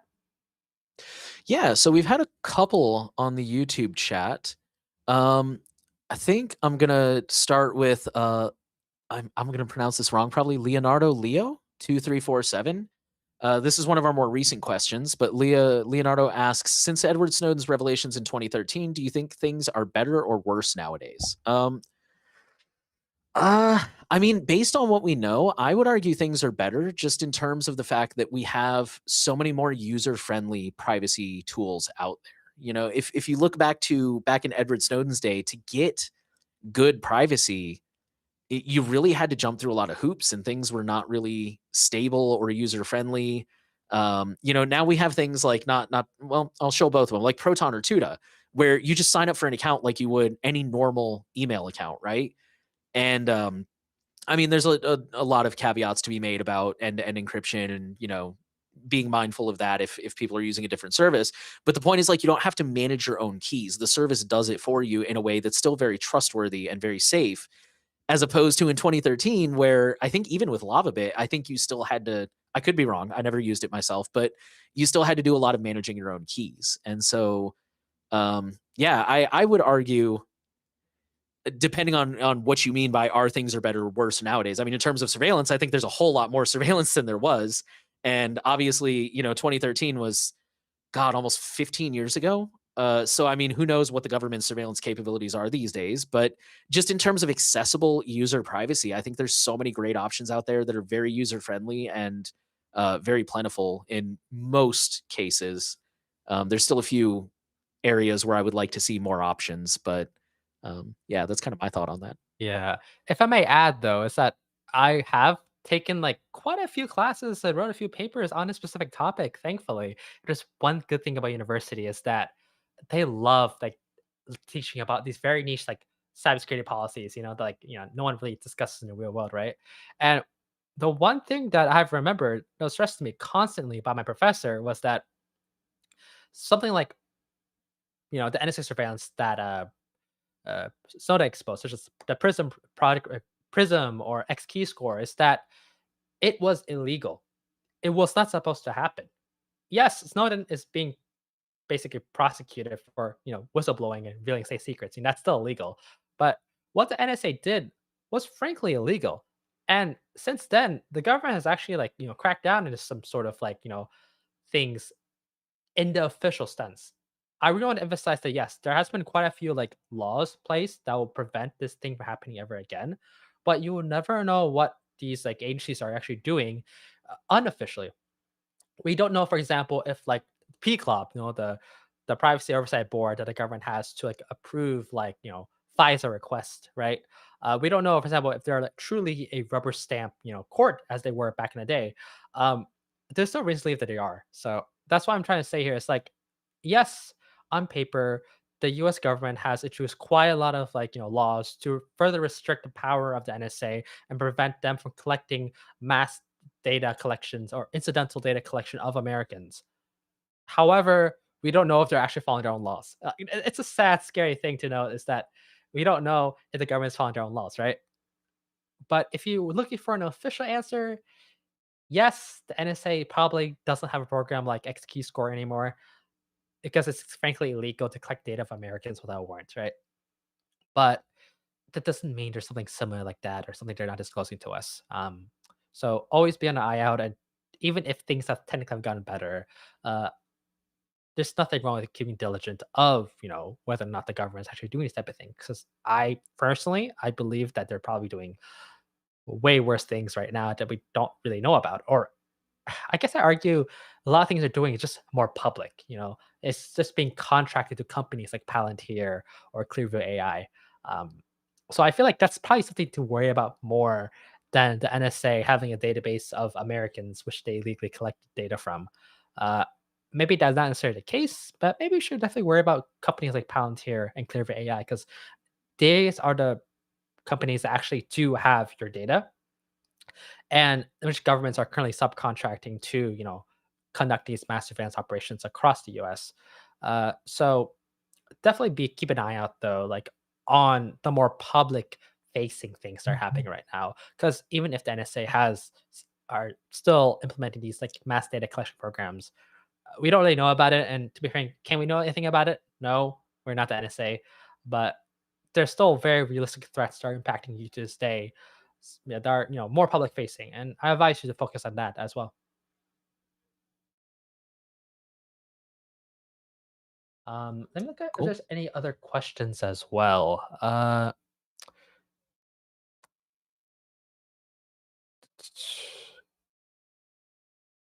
Yeah, I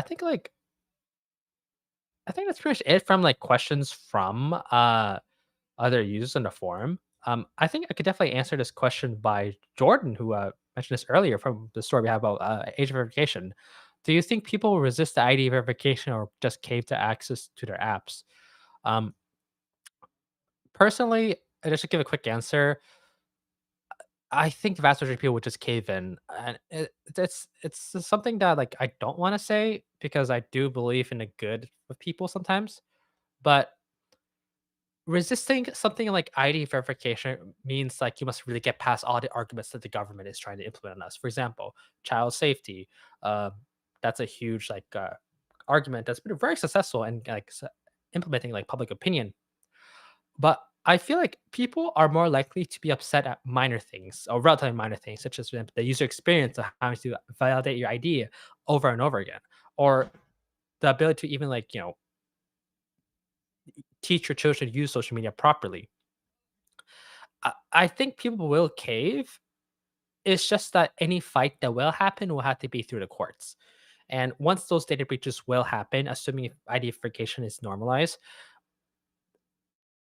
governments, both the government and the private sector, must really figure out ways of implementing age verification without endangering the privacy and security of everyone across the world.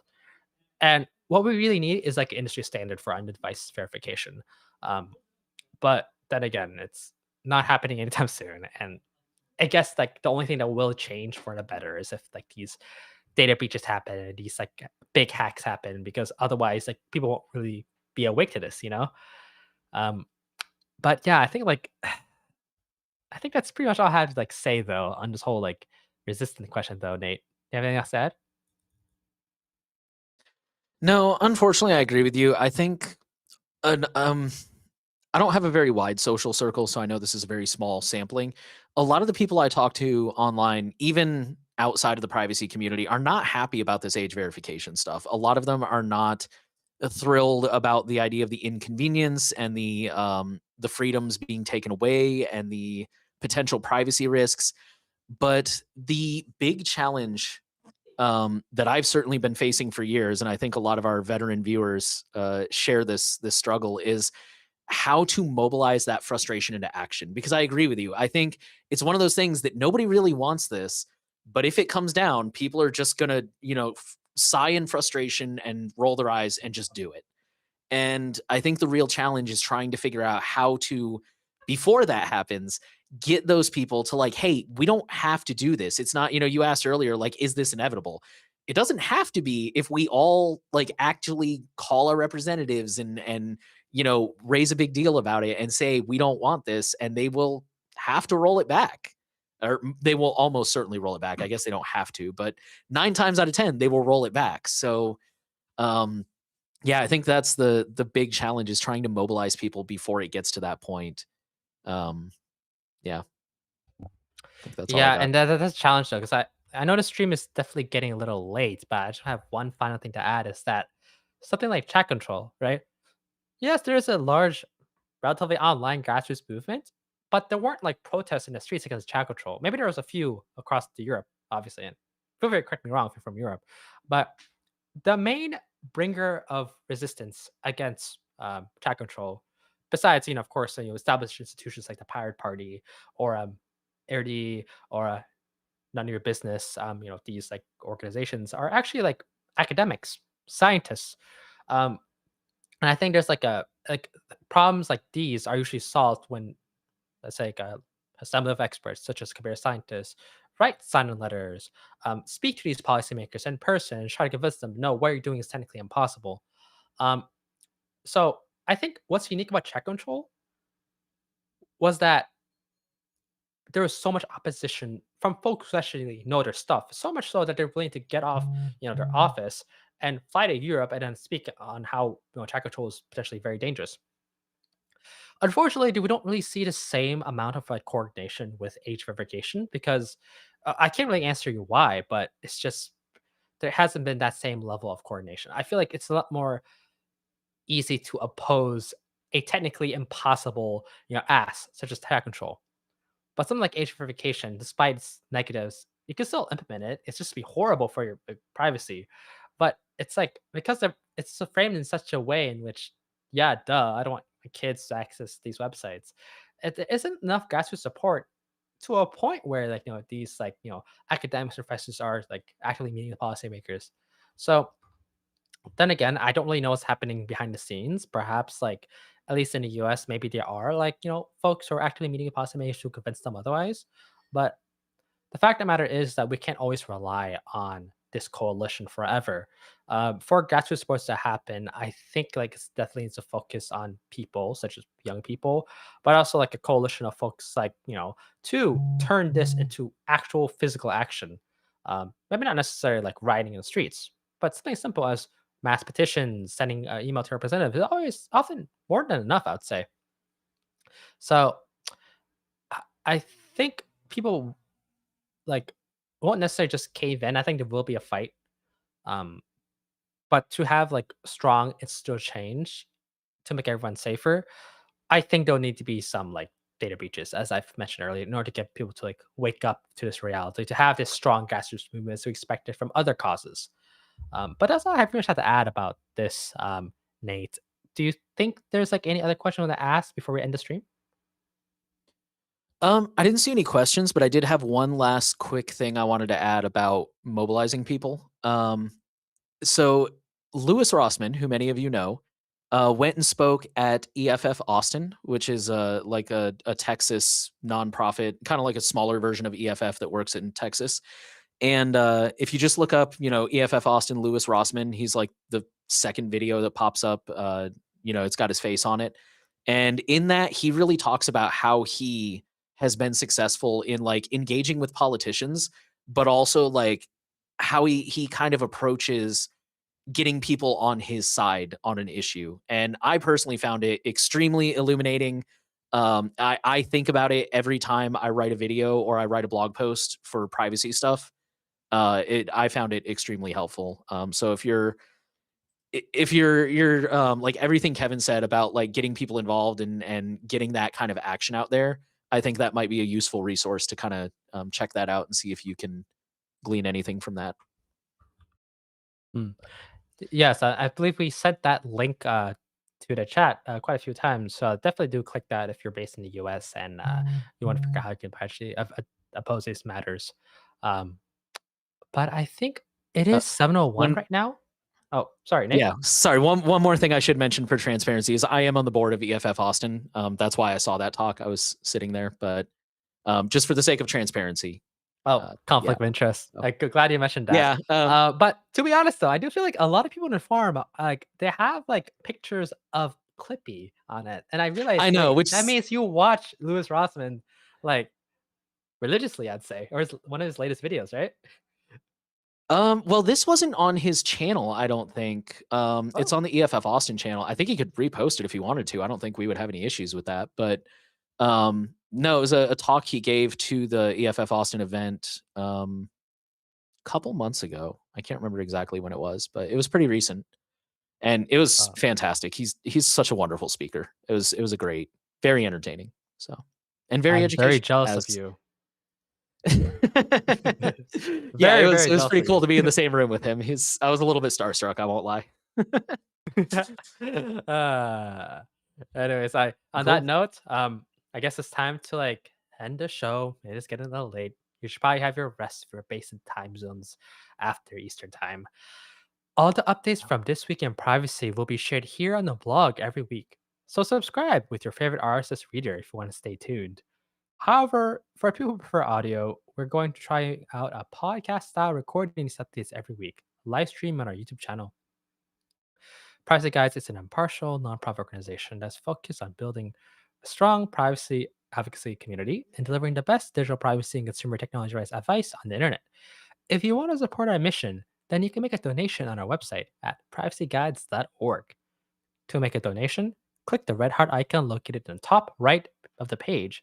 You can contribute using standard fiat currency via debit or credit card, or opt to donate anonymously using Monero or with your favorite cryptocurrency. Being a paid member unlocks exclusive perks such as early access to video content and priority during the this week in privacy livestream Q&A. You also get a cool badge on your profile in the Privacy Guides forum and the warm, fuzzy feelings of supporting independent media. Thanks for watching. We'll see you next week. Goodbye, everyone.